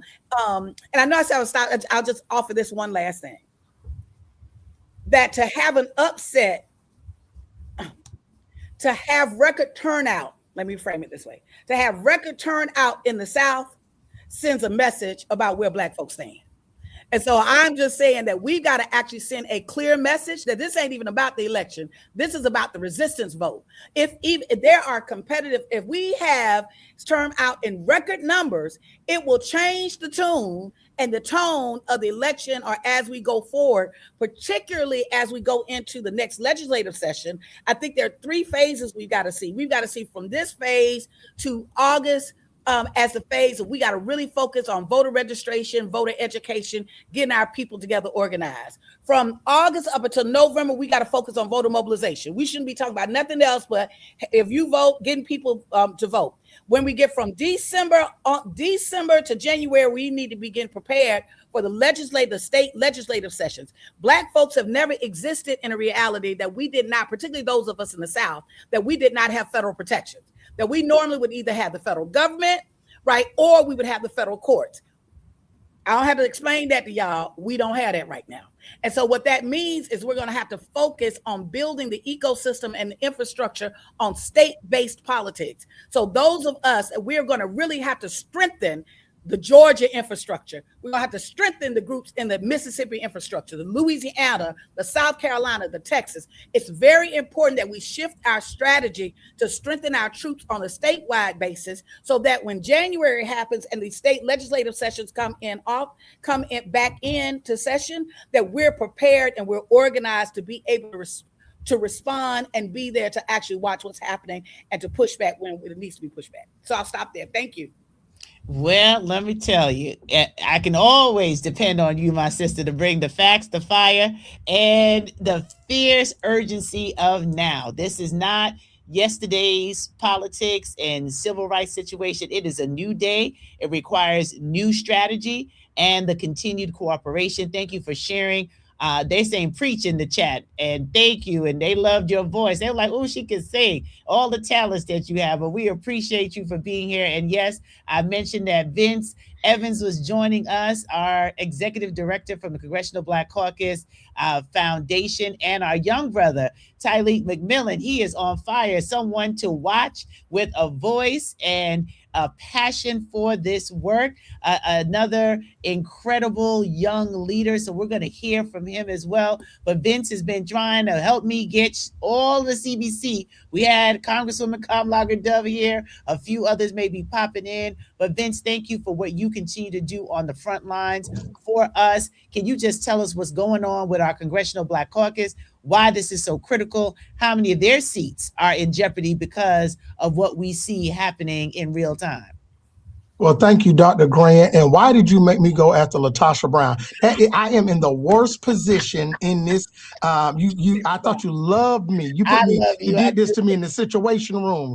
Everybody knows that LaTosha Brown is one of the fiercest leaders we have in the country today. There are few people, I do not say this just because we're publicly, but few people today in America who is fighting as hard as she is with as clear a voice as she is in this moment. She calls us all to be centered and back to ground. So I'm always glad to be with her. Dr. Grant, thank you. NPHC, thank you. Dr. Grant, everywhere the CBC goes, you are there. We are one and the same. Yes. Our chairwoman at the CBC, Congresswoman Yvette Clarke, a good member of Delta Sigma Theta, President Turner, could not be with us. She is in elections today in the state of New York, as you and Dr. Grant know, her home girl from Brooklyn. That's right. So she brings her greetings. But let me just say this very quickly, because frankly, LaTosha Brown has framed the conversation very clearly about where we are in this moment. Y'all have heard it. Sometimes we preach to the choir and all we need is a little tune up. Our sister just gave it to us. So let me tell you specifically where we are at the CBC. For the last 8 weeks now, this attack following the Calais decision has primarily engulfed congressional seats. And for the CBC, that has been specifically targeted at a number of our members who we are fighting for every day to keep Black power. And if you notice what I said, I didn't say Democratic power, Republican power. I said Black power at the table, because that is what our responsibility is in this moment. And look, it has affected our members in Alabama, as LaTosha has pointed out, in Louisiana, Missouri, Mississippi. Thankfully, we saw a win, even if temporarily, in Georgia the other day, but they will go back to the state of Georgia at some point. They will go back to the state of South Carolina at some point. This fight is long from over. We are just getting started. And so we have worked not only with the leaders like LaTosha Brown, my brother Tyleek from the NAACP and the D9 and others around the country, because we all have a role in the choir, whether you're a soprano, wherever you fall, we all have a role in the choir. And for us at the CBC, that has meant on the inside out strategy, what are we doing inside the federal government right now to push as hard as we can to ensure that we have voting protections and that we are holding people to account. Because frankly, y'all, this isn't about just who's serving in Congress or who's not serving in Congress, which is what LaTosha was looking at. This is far greater than that. And our members understand that. Since our founding in 1971, the Voting Rights Act has been the CBC's North Star. It is it is the crux of why this caucus was formed. It is the crux of why we do the work that we do every single day. Everybody on this call knows that the right to vote is the right from which all other rights flow.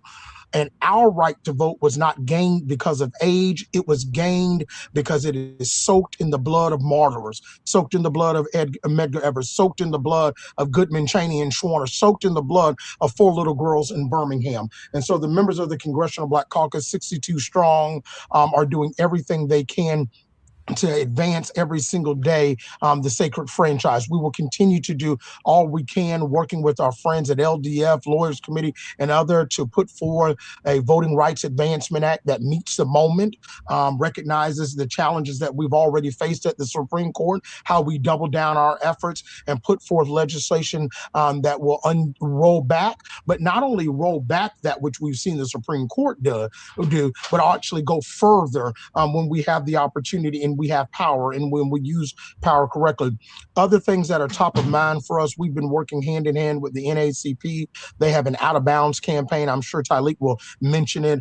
We've been working with them to say for college athletics, particularly with the SEC, the NCAA, and the ACC, that Black athletes in this moment must be protected, particularly in college campuses and in these conferences around the country. And so the CBC has made it very publicly known. We will not support or help advance any legislation in this Congress until such time as we address the issue of voting rights in America. We publicly stood up and said that several weeks ago in a press conference. Chairwoman Clark and our members continue to lead on that effort. I think you will see more in that regard this week. Again, I'll allow Tyleek and the NAACP to tell you about the specifics of the campaign, but there is no daylight between the NAACP and the CBC on this issue. We are working hand in hand each day, day in and day out, to make it clear that these conferences who make money off of the black dollar, off of black labor, off of black consumers must be accountable and must speak truth to power on the issue of voting rights in America, particularly because the attacks that we've seen, like in Tennessee, like in Alabama, again, in all of these states across the South in particular, they are happening in the backyard of these athletic conferences. And we intend to continue to make certain that we hold them to account.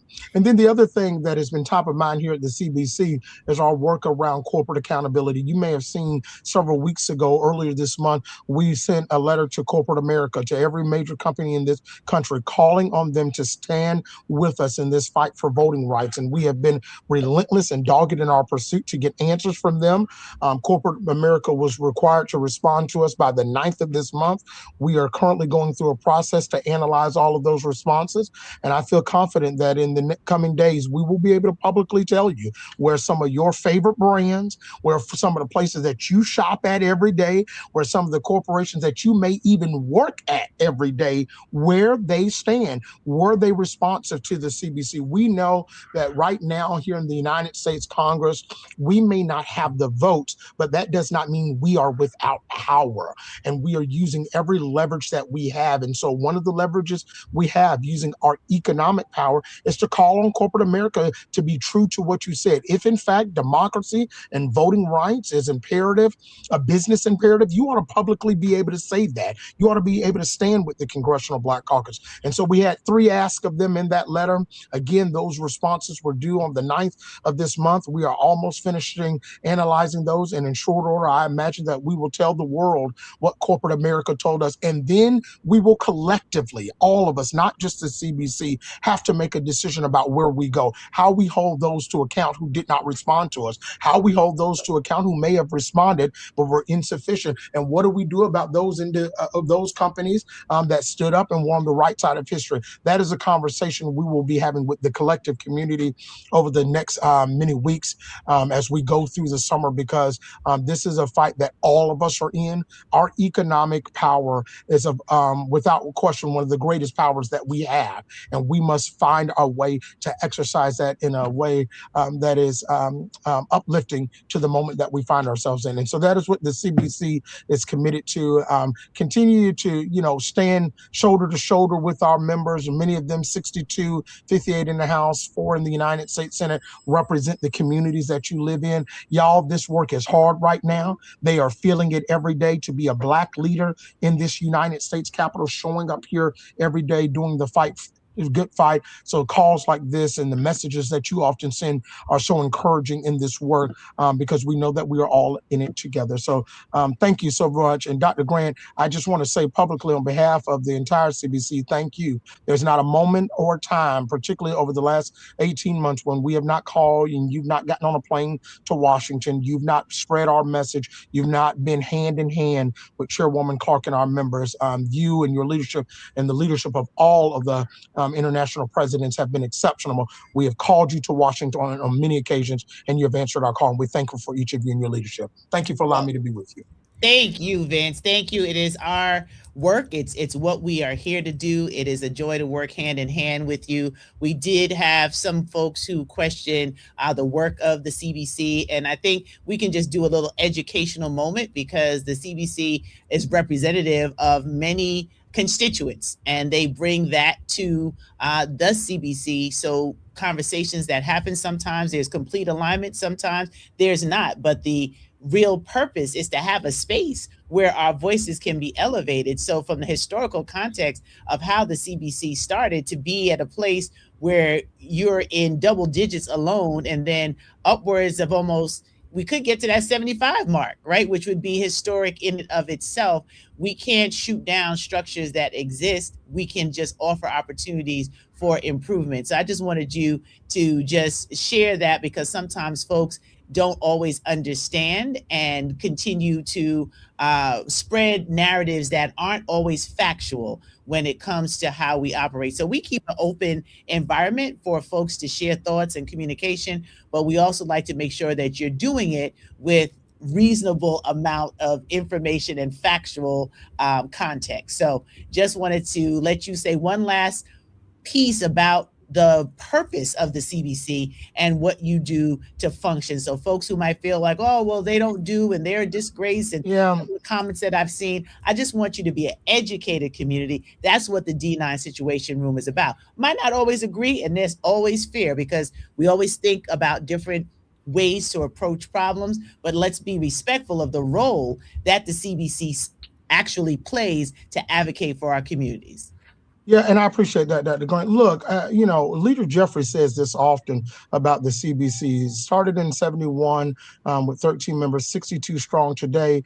The cast of characters changes every Congress, but the character of the cast has never changed. Our North Star and the work that we do here every day continues to be our guiding light. Look, unity does not require unanimity. There are times where the caucus does not always agree, but we always promote unity. Black people can ill afford in this moment to fight each other. There are disagreements. I'm looking at the chat, and there are probably folks in here who have reasonable disagreements with the CBC, and there's a time and a place for us to have those.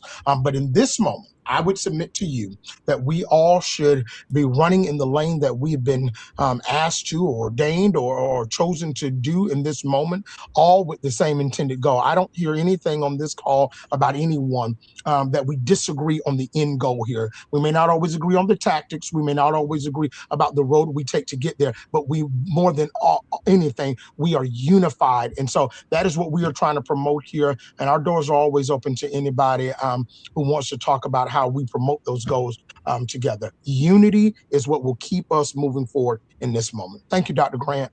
Thank you. And thank you for being open for any constructive criticism that can be used in a positive way. And I think that's the point, that you just said it. Might not always agree, and internally might not always agree, but there is space and place and time for those things to be addressed. And as we work on the unification of D9 Stronger Together, it's to help us elevate what's going to be the focus for now, for this moment now. What do we need? How do we get there? We could definitely address all the other issues, but we just want to make sure that we're focusing in on how we come together. And Talik, as a young leader of the NAACP, your voice matters because you're representing a whole new contingent of electorate that is very active, very engaged, has different thoughts. You don't see things the way that my generation or the generation before me sees it. And so there are many different points that we can actually go through, but NAACP is a legacy civil rights organization, and creating space through President Derek Johnson to have our youth at the table, our young leaders at the table, being able to share and being able to give us different viewpoints that we might not be aware of, that's actually going to get results on the ground. So Talik, you are what they call it, internet famous when it comes to interacting with our young leaders. Welcome to the D9 Situation Room, and definitely want to make sure that you share some of the perspective that we should be aware of as community. No, thank you so much, Dr. Grant, and to your leadership here, and also to my president, President Turner, Phi Beta Sigma Fraternity Incorporated. The greatest go mob to all the mob that's out there. I'm grateful to be here and be in this space and serve as the National Director of Youth and College for the NAACP. And I just would like to say this is what community looks like. To all of my Divine Nine brothers and sisters, we are living in a moment for our communities and our democracy across our country. We continue to see attacks on voting rights, efforts, redrawing districts that dilute our power in our communities, in attempts to make it harder for our people and young people, especially, to have their voice. That's why you heard from Vince about the NAACP's Out of Bounds campaign that we announced about a month and a half ago. That is so critical in this moment. The Out of Bounds campaign is not just a slogan, but it is a declaration. It is a line in the sand that says voter suppression, gerrymandering, intimidation, and disinvestment in our communities is unacceptable, and we will not tolerate it. We are calling on institutions, corporations, and policymakers who benefit from our communities but fail to protect our rights. And it really challenged the system that tried to silence us while still profiting off of our presence. The Out of Bounds campaign is about accountability. It's about making it clear that there is no separation between civic engagement and opportunity.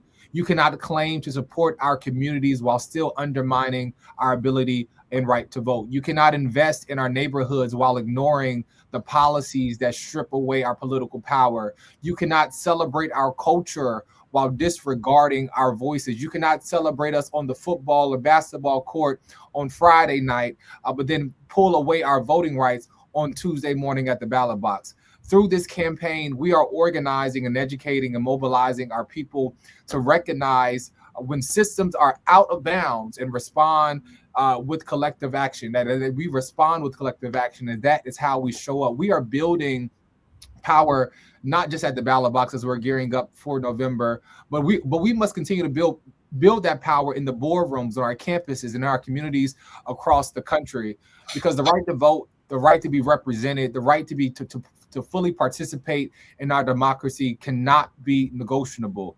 And I want to be clear, this work is not just happening in the streets and in the ballot box. It's not just happening, in how we show up in these spaces like this, but it's also happening in the courtrooms.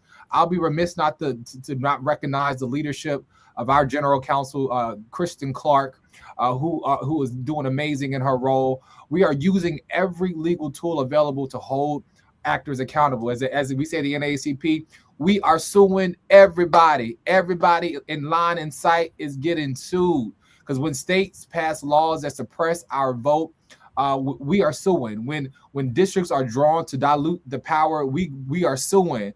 And when institutions are violating civil rights, we are suing. We are meeting injustice whenever we show up, and we are definitely taking that the level as we are showing up in the courtroom. And at the same time, as we're seeing what's happening with voting rights, I'll be remiss not to even bring up what's happening in the attacks against higher education, against the students that we all serve. We see conversations about cutting Pell Grants, changing that student loan repayment programs, and policies that's threatening to access college for millions of students across this country. We know that education has long been one of the greatest pathways to economic mobility and empowerment. We cannot afford to be silent while barriers are being erected in front of our students in this next generation. Yet, despite these challenges, I firmly believe that this will be a record-breaking year for youth turnout. Mark my words, this will be a record-breaking year for youth voter turnout. And I'm going to tell you, the NAACP Youth and College Division is going to do something about it. Why? Because young people understand what's at stake. But guess what? And I say this to my young people all the time: belief alone is not enough. And I'm going to say that to y'all on this call tonight again. Belief alone is not enough. We are in a moment of crisis, and how we show up to meet young people will determine what comes next. This must be a year of social action for us. This is our year of social action. We cannot talk. We cannot just talk about it. We cannot just tweet about it. We cannot just post about it. yes, we can share the narrative, and all of that is important, and all of that matters. But this year must be about what we do in this moment, how we show up in the streets, how we show up on our campuses, how we show up in our communities. This is about how we recruit new volunteers, how we register new voters, how we educate our communities, how we organize, and yes, how we agitate when necessary. Because meaningful change never comes out of comfort. I believe an elder once told me that it sticks with me forever. I'm from a small town called Lawrenceville, Virginia, and an elder once told me, she says, some of us have been in the house so long that we have forgotten what the storm feels like. Some of us have been in the house so long that we have forgotten what the storm feels like. I'm here to remind you that there is a storm. And some of us got to feel the rain. We need to go outside and feel the wind. And some of us have gotten so comfortable in our air-conditioned homes. Some of us have gotten so comfortable in our multi-bedroom homes. Some of us have gotten so comfortable in our multi-car garages and believe that because we have achieved a measure of success and gotten to a place where our pedigree and our resume reads a certain way, that the work is done. I'm here to remind you that we have not yet arrived. We have not yet arrived to that place, not when voting rights remain under attack, not when students are burdened by student debt and denied opportunity, not when many young people feel disconnected from the institutions that are supposed to serve and protect them, not when freedom and justice still requires us to be defenders of it. I want to be in the business of taking the NAACP out of business. Because we are doing the work, to put in the work to ensure that our communities is represented. And I want to say that the Divine Nine and the work that you all are doing here has never been called to comfort. It has always been called to service. Our work has never been called to work in comfort. It's all been called to work in service. And this is our moment to double down in organizing, to double down in civic engagement, to double down in our mentorship of how we're taking up and reaching back for that next young person, to double down in how we ensure that every young person knows their voice matters, to understand that every young person deserves a seat at the table in the conversation. And even though it may be uncomfortable, it's okay with shaking the table and pushing the envelope. Because there's in every generation, there's a new generation of new ideas and new perspectives. History will not remember how comfortable we were. History will remember how we responded when our communities needed us the most. And this is a moment of how we show up. This is our time to take that responsibility. And as I said before, this is our year of social action, because complacency is the enemy of accomplishment. And people, we know we got much, much, much left to accomplish in this world. Well, you said it, my brother, and I am so excited to hear your voice, your passion. I'm bringing another young voice up and another semi-younger voice. Jotika Edie will be coming on as we start wrapping up our conversation with our D9 Situation Room. It's important to have all of the generations at the conversation or in the conversation, and we can do it. We're not going to turn back. Hearing your clarity around the work that is needed is encouraging. Tyleek, we thank you for being here. And I know he had to jump off and he'll be back, but Joteka Edie and Jonathan Rabb are here because we are wrapping up with the importance of the narratives that we share.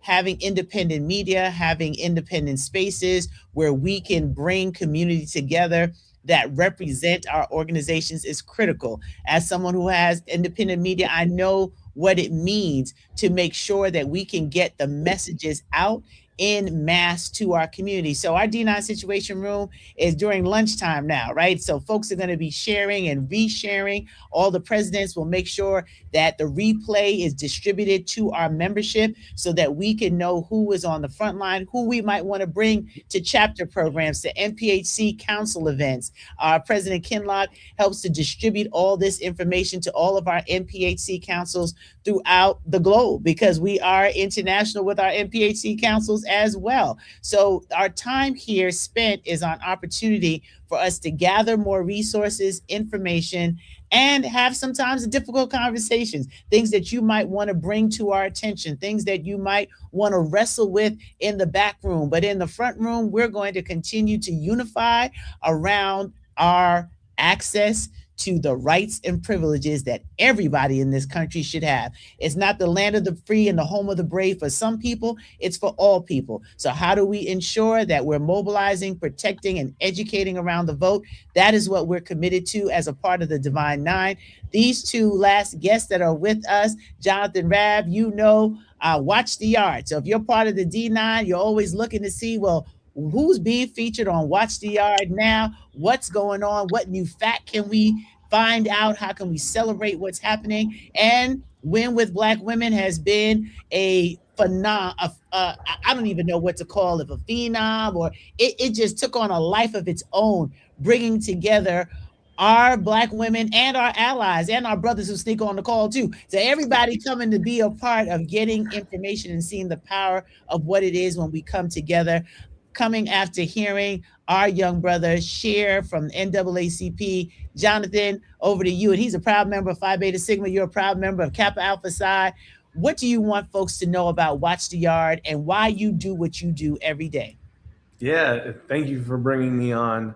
My name is Jonathan Rabb. I'm a spring 2009 initiate of the Psi chapter of Kappa Alpha Psi Fraternity Incorporated, and a current member of the Richfield Bloomington Alumni Chapter and a life member of the fraternity. And I'm here today representing Watch the Yard because I'm the founder of the Watch the Yard, and our focus is simple. We cover Black college culture and tell the stories of Black college students and alumni at HBCUs and PWIs alike. And then when it comes to the vote, we're not just interested in performative voter registration this year. We want to highlight the events and actions that are actually new, actually working, and actually getting people excited to show up. So if you have those happening, please reach out to us so that we can show them to our 2.2 million followers across social media. We want to cover the creative collaborations happening between Divine Nine organizations and just student groups and Black organizations across the community and our campuses. And we want to shine a light on student groups that are outside of the Divine Nine also, that are creating real change and pushing their peers to the polls. So I'm proud to share that we have a new continuing national partnership with Michelle Obama's When We All Vote, and we're excited about everything that's coming from it.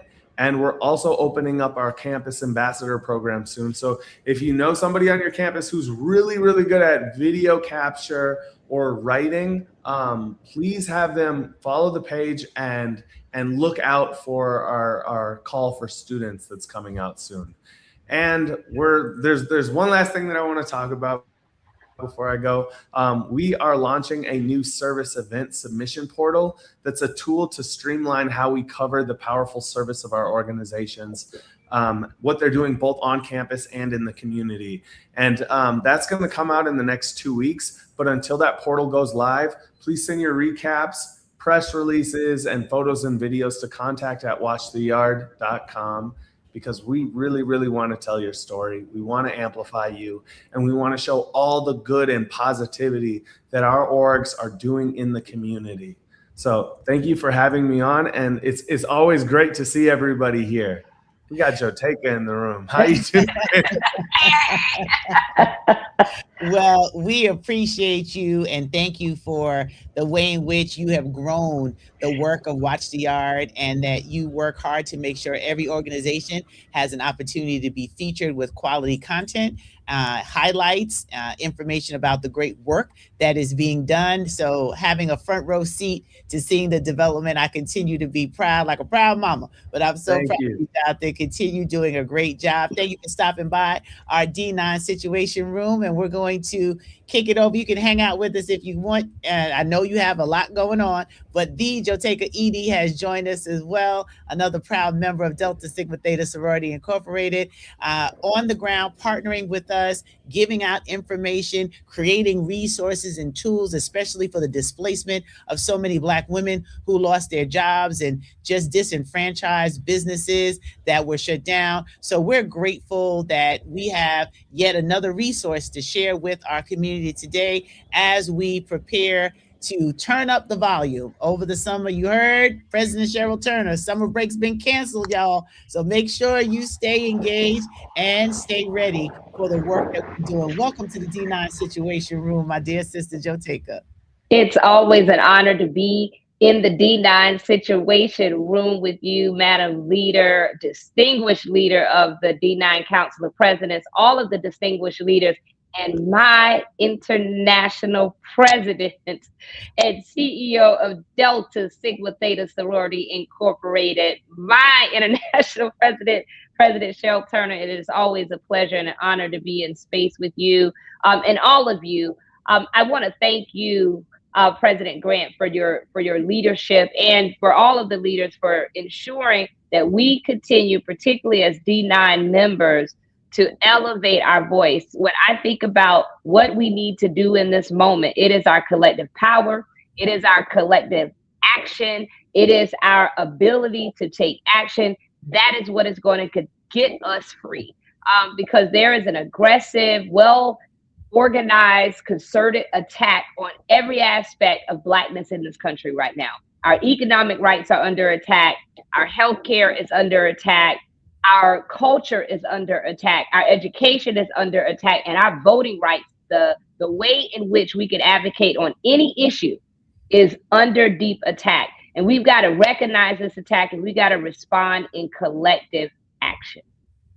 Absolutely. And that's critical at this time where everyone is concerned, right? There's real concern within our community about just simple, I would say sometimes we could take for granted, simple access, which is not so simple anymore, to healthcare. The opportunity to go to school, the opportunity to have resources for the elders in our community, even the streets we drive down, everything is affected by our civic process. You have to be engaged. You have to vote. And we hope that that is what everyone has learned from our guests today, bringing us information from all different levels, what's happening on the federal level, what's happening with legal cases that have been fought and won, what happens when we actually show up, like Latasha Brown was sharing with us, that we can't be so afraid of what it looks like. That confusion is intentional.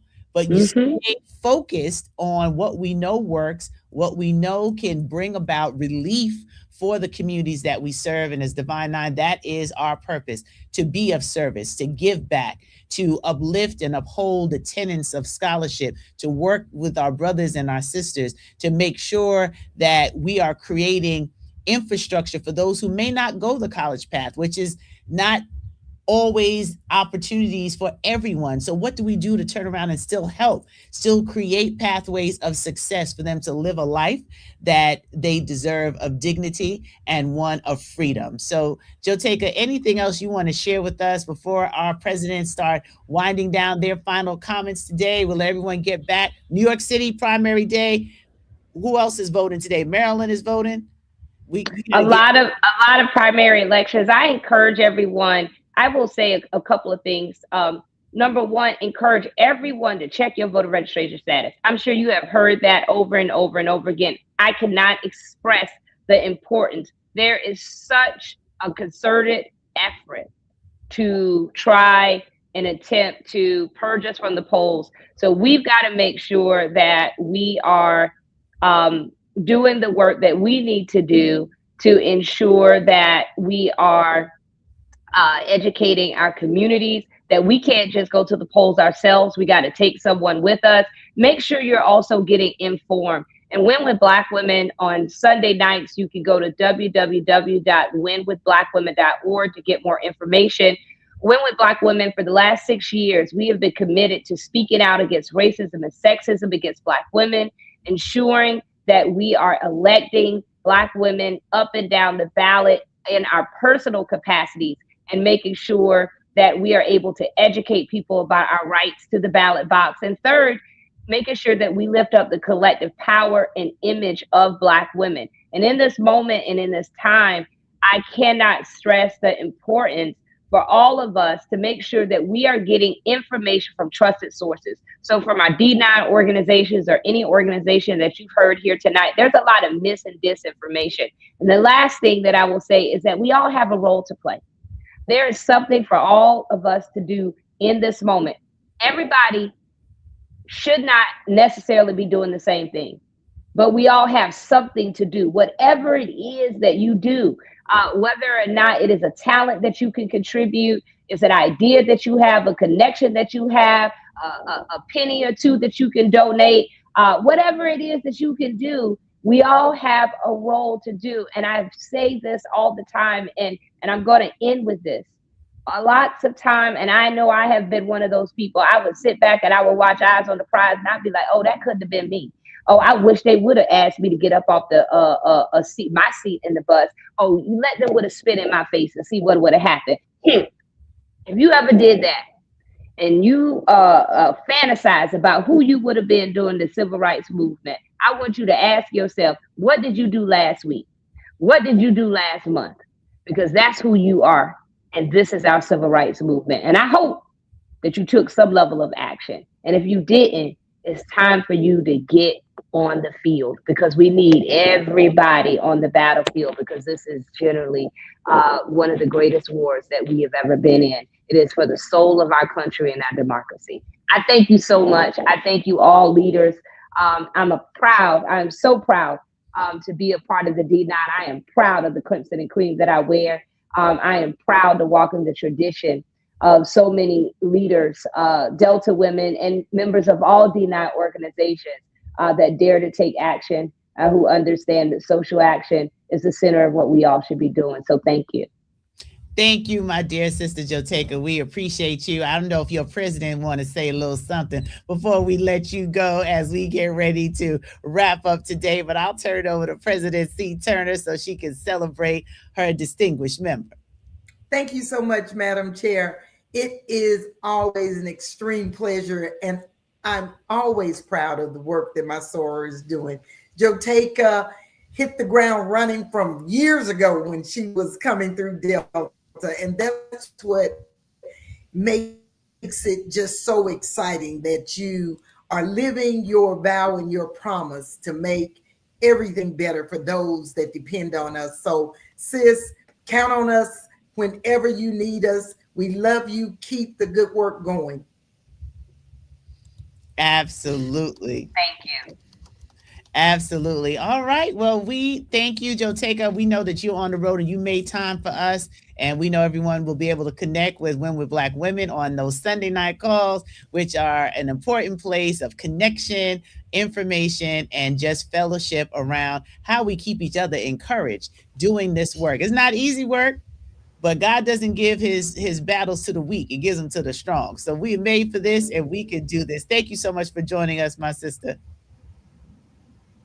All right. Well, family, we have made it to the top of the hour. We said we would be here from 1 to 3, giving you information, sharing these special guests with you who came on to make sure that they were a part of credible messengers that can deliver on the work that we do on the ground. We want to thank all of our membership for participating, for sharing the replay.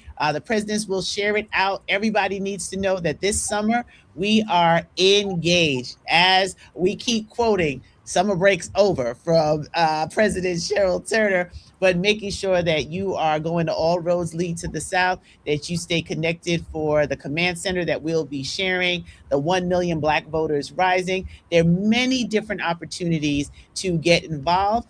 We will continue to stay in our lane as a Divine Nine, as nonpartisan organizations, continuing to educate our members, give them the tools necessary on the ground to connect with community. Let's have those tough conversations with folks who are giving up on the process, who don't want to vote. That is a strategy. Let's not fall into the strategy. As my presidents share their final words, we're going to get ready to close us out. So, President Lucian Metellus, General President of Alpha Phi Alpha Fraternity Incorporated, we'll come over to you. I'll do founding order as we close out. Well, first and foremost, Madam President, Madam Chair, I wanted to say great job as usual. I don't know how you hold it down for so long, but you do an awesome job. My message is real simple. It's important to vote in the primaries because that's who you're choosing is going to represent you in your party. Just a couple of things. There's primaries in Utah today, primaries in South Carolina, Maryland, and New York. If you're in one of those 4 states today, there's no reason for you not to go out and help choose the future of who's going to represent us in our states. Second thing that I want to say is that in November we need a record turnout, but you've got to be informed on the issues, and that's what the D9 is promising you. That's what we're going to do, and this is the time that we cannot be apathetic about things going on the ground. We need to win every election and protect our rights to vote. So, Madam Chair, thank you so much for your leadership around this. Shout out to my fellow D9 presidents that are doing the work. And remember, and just because Cheryl Turner said there's no days off during the summer, there are no days off in the fall. There's no days off in the winter. We're all in this for the long haul. So thank you. Thank you, General President Metellus, and the members of Alpha Phi Alpha Fraternity Incorporated for participating and representing today. We know that the sisters of Alpha Kappa Alpha Sorority Incorporated are here actively engaged in the chat. President Danette Anthony Reed definitely sends her regards as you all continue to soar to the polls as you get ready for your Grand Boulay, and you will be continuing the work that you are doing to ensure engagement on the ground. We appreciate all the members of Alpha Kappa Alpha Sorority Incorporated as well. And then I think the president of the Bras are here, but we will. Let me see if Vice Chair is back because we want to make sure we get him in as well. He had to transition to another commitment for Kappa Alpha Psi Fraternity Incorporated. Grand Polemark Jimmy McMichael. We appreciate his leadership as our vice chair, and all the men of Kappa Alpha Psi Fraternity Incorporated who were represented today and sharing this around. And we have the leader of the bros, of the Qs, Graham Basilisk, Ricky Lewis, our representative. You want to share something with the family before we close out? We do. Madam Chair, kudos to you, kudos to you, kudos to you. You be working this D9 situation room. We thank you. We appreciate you, and thank you for your leadership. Kudos to all the presidents of the Divine Nine. Thank you. Thank you, members, for joining us. We've been to practice. We know the play, so let's just run the play. It's about as rudimentary as that. We all know what we need to do. We got to do what we need to do. Just each one bring one. We thank all of our members worldwide. We thank you for what you do. We thank you for your service to our great organization. But most importantly, we thank your families for allowing you to serve these great organizations. We know it's the families who make the sacrifice while we're doing the work of all our respective organizations. So kudos to everybody involved today. Thank you for our guests who popped in and said a few words to inspire us. Again, Madam Chair, kudos to you for a job well done. I yield back to you. Thank you, Grand Basilisk Lewis. Appreciate you and the support as always. And we're going to kick it on over to President Cheryl Turner. We have two Turners on the Council of Presidents, but this is the lovely President and Chair of the Board for Delta Sigma Theta Sorority Incorporated, my sister, Cheryl Turner. Thank you, Madam Chair. And thank you for your vision to educate and advocate for our communities through your independent media. For the last 2 hours, we have heard the logic and the rationale behind the importance of voting. And we need to know that voting is the great equalizer. You don't have to have a lot of money. You don't have to have that big job, although they may want you to believe it's a rich man's game. Get out and vote. It is so important that we do that. And again, we are reminding our members for Delta Decides that you are responsible for getting at least 2 people out to vote. But to my other D9 presidents, I am just emboldened by your support, your love, and your unity that we all share. So thank you so very much. Again, Madam Chair, you're the anchor of the year. Oh, thank you, my sister. I love y'all. Appreciate it. And it's all about what we do together. So it's an honor that you all do this work in collaboration. Can't do it alone. And without you all, we would not be here doing this. So I'm just a reflection of all this brilliance here in the room. And now we're going over to my brother, David Turner, the other Turner on the team, proud president of Phi Beta Sigma Fraternity Incorporated. What would you like to share as we close out? I would just remind all of our members and all those who are joining, who are watching, every single vote matters. While 3 million Black voters sat at home in 2024, control of the House flipped with 7,000 votes. And that's not a partisan thing, that's a math statement. And so it's extremely important that we get out, that we take somebody with us, we take everybody with us, that we facilitate the registration for those in our communities, that we use the platforms to validate registration, as we know that rolls are being purged, to validate where the polling place is, because we know that in some jurisdictions, the polling places are being changed specifically to cause confusion of where to vote and where to go. And so we are in this work together.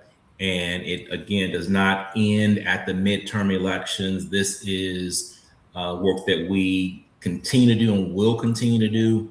And as someone said, we need to have better than Obama-like turnout in 2026. Absolutely. Well, thank you. Thank you. Yes, we are stronger together, my dear brother. Appreciate you. And we know that the ladies of Sigma Gamma Rho Sorority Incorporated, led by President Marika Harris and Vice President was here with us. Our dear sister had to jump to a meeting. So Miranda, thank you for joining us and being here as well to represent the ladies of Sigma Gamma Rho. And we have the Grand Polaris, who I think is still here, from Iota Phi Theta Fraternity Incorporated, Orlando Grant. Any final comments for our family? He might be back taking care of some other business, but we want to make sure that we listen to what President Turner did share about that margin of those who did not engage in the electoral process and what happens, because a non-vote is still a vote. So we have to make sure that we're clear about how we are showing up. And President Kinloch, thank you for your tireless efforts in making sure all of our NPHC councils receive the support and information that galvanizes the opportunity for us to do our work together. Any final remarks that you would like to share? Thank you, Madam Chairwoman. We know that you're a national treasurer, and that goes without saying. But today we've heard a lot of powerful call to action regarding voting rights, civics engagement, and the responsibility we share to educate, mobilize, and protect the vote. So let us leave, today committed to the dialogue, to turning dialogue into impact, concerns into action, a partnership into progress, and may we continue to stand united in service, leadership, and brotherhood as we move forward. Thank you so much. Thank you, President Kinloch. And once again, thank you to everyone that stayed with us, that you were engaged in our dialogue today. Please share out the replay. Make sure that we're keeping all of our members together, even the ones who might not be financially active. Once a member, always a member. So we want you to come back in the fold, join the ranks, take on this work, because there is a lot of work to do. There are going to be many different jobs to get it done. All of us can't do it by ourselves. We do it collectively. And we thank you for your part that you're playing in making sure that we leave this generation better than how we found it. We don't want to be the first generation to leave the next generation worse off than us. So our work is cut out for us. We know we can do it. we've done hard before as a community. So we know that we will continue to make sure that we stay together, D9 stronger together, not just the hashtag. It's what we believe, it's what we do. We thank you and we celebrate what will come as a result of the hard work. So get some rest and rise ready to continue to work on the front line. And if you're in one of those states that's having a primary today, make sure you go out and let's all say it together, family. Vote. Vote. Everybody go vote. Go vote. All right. Take good care, and we'll see you on the next D9 Situation Room. Stay safe, be well, stay engaged and connected. We can do this. God's got us. The ancestors paved the way, and we're going to do our part to make sure every community is respected, is celebrated, and is heard as we galvanize the vote. Bye-bye, everyone.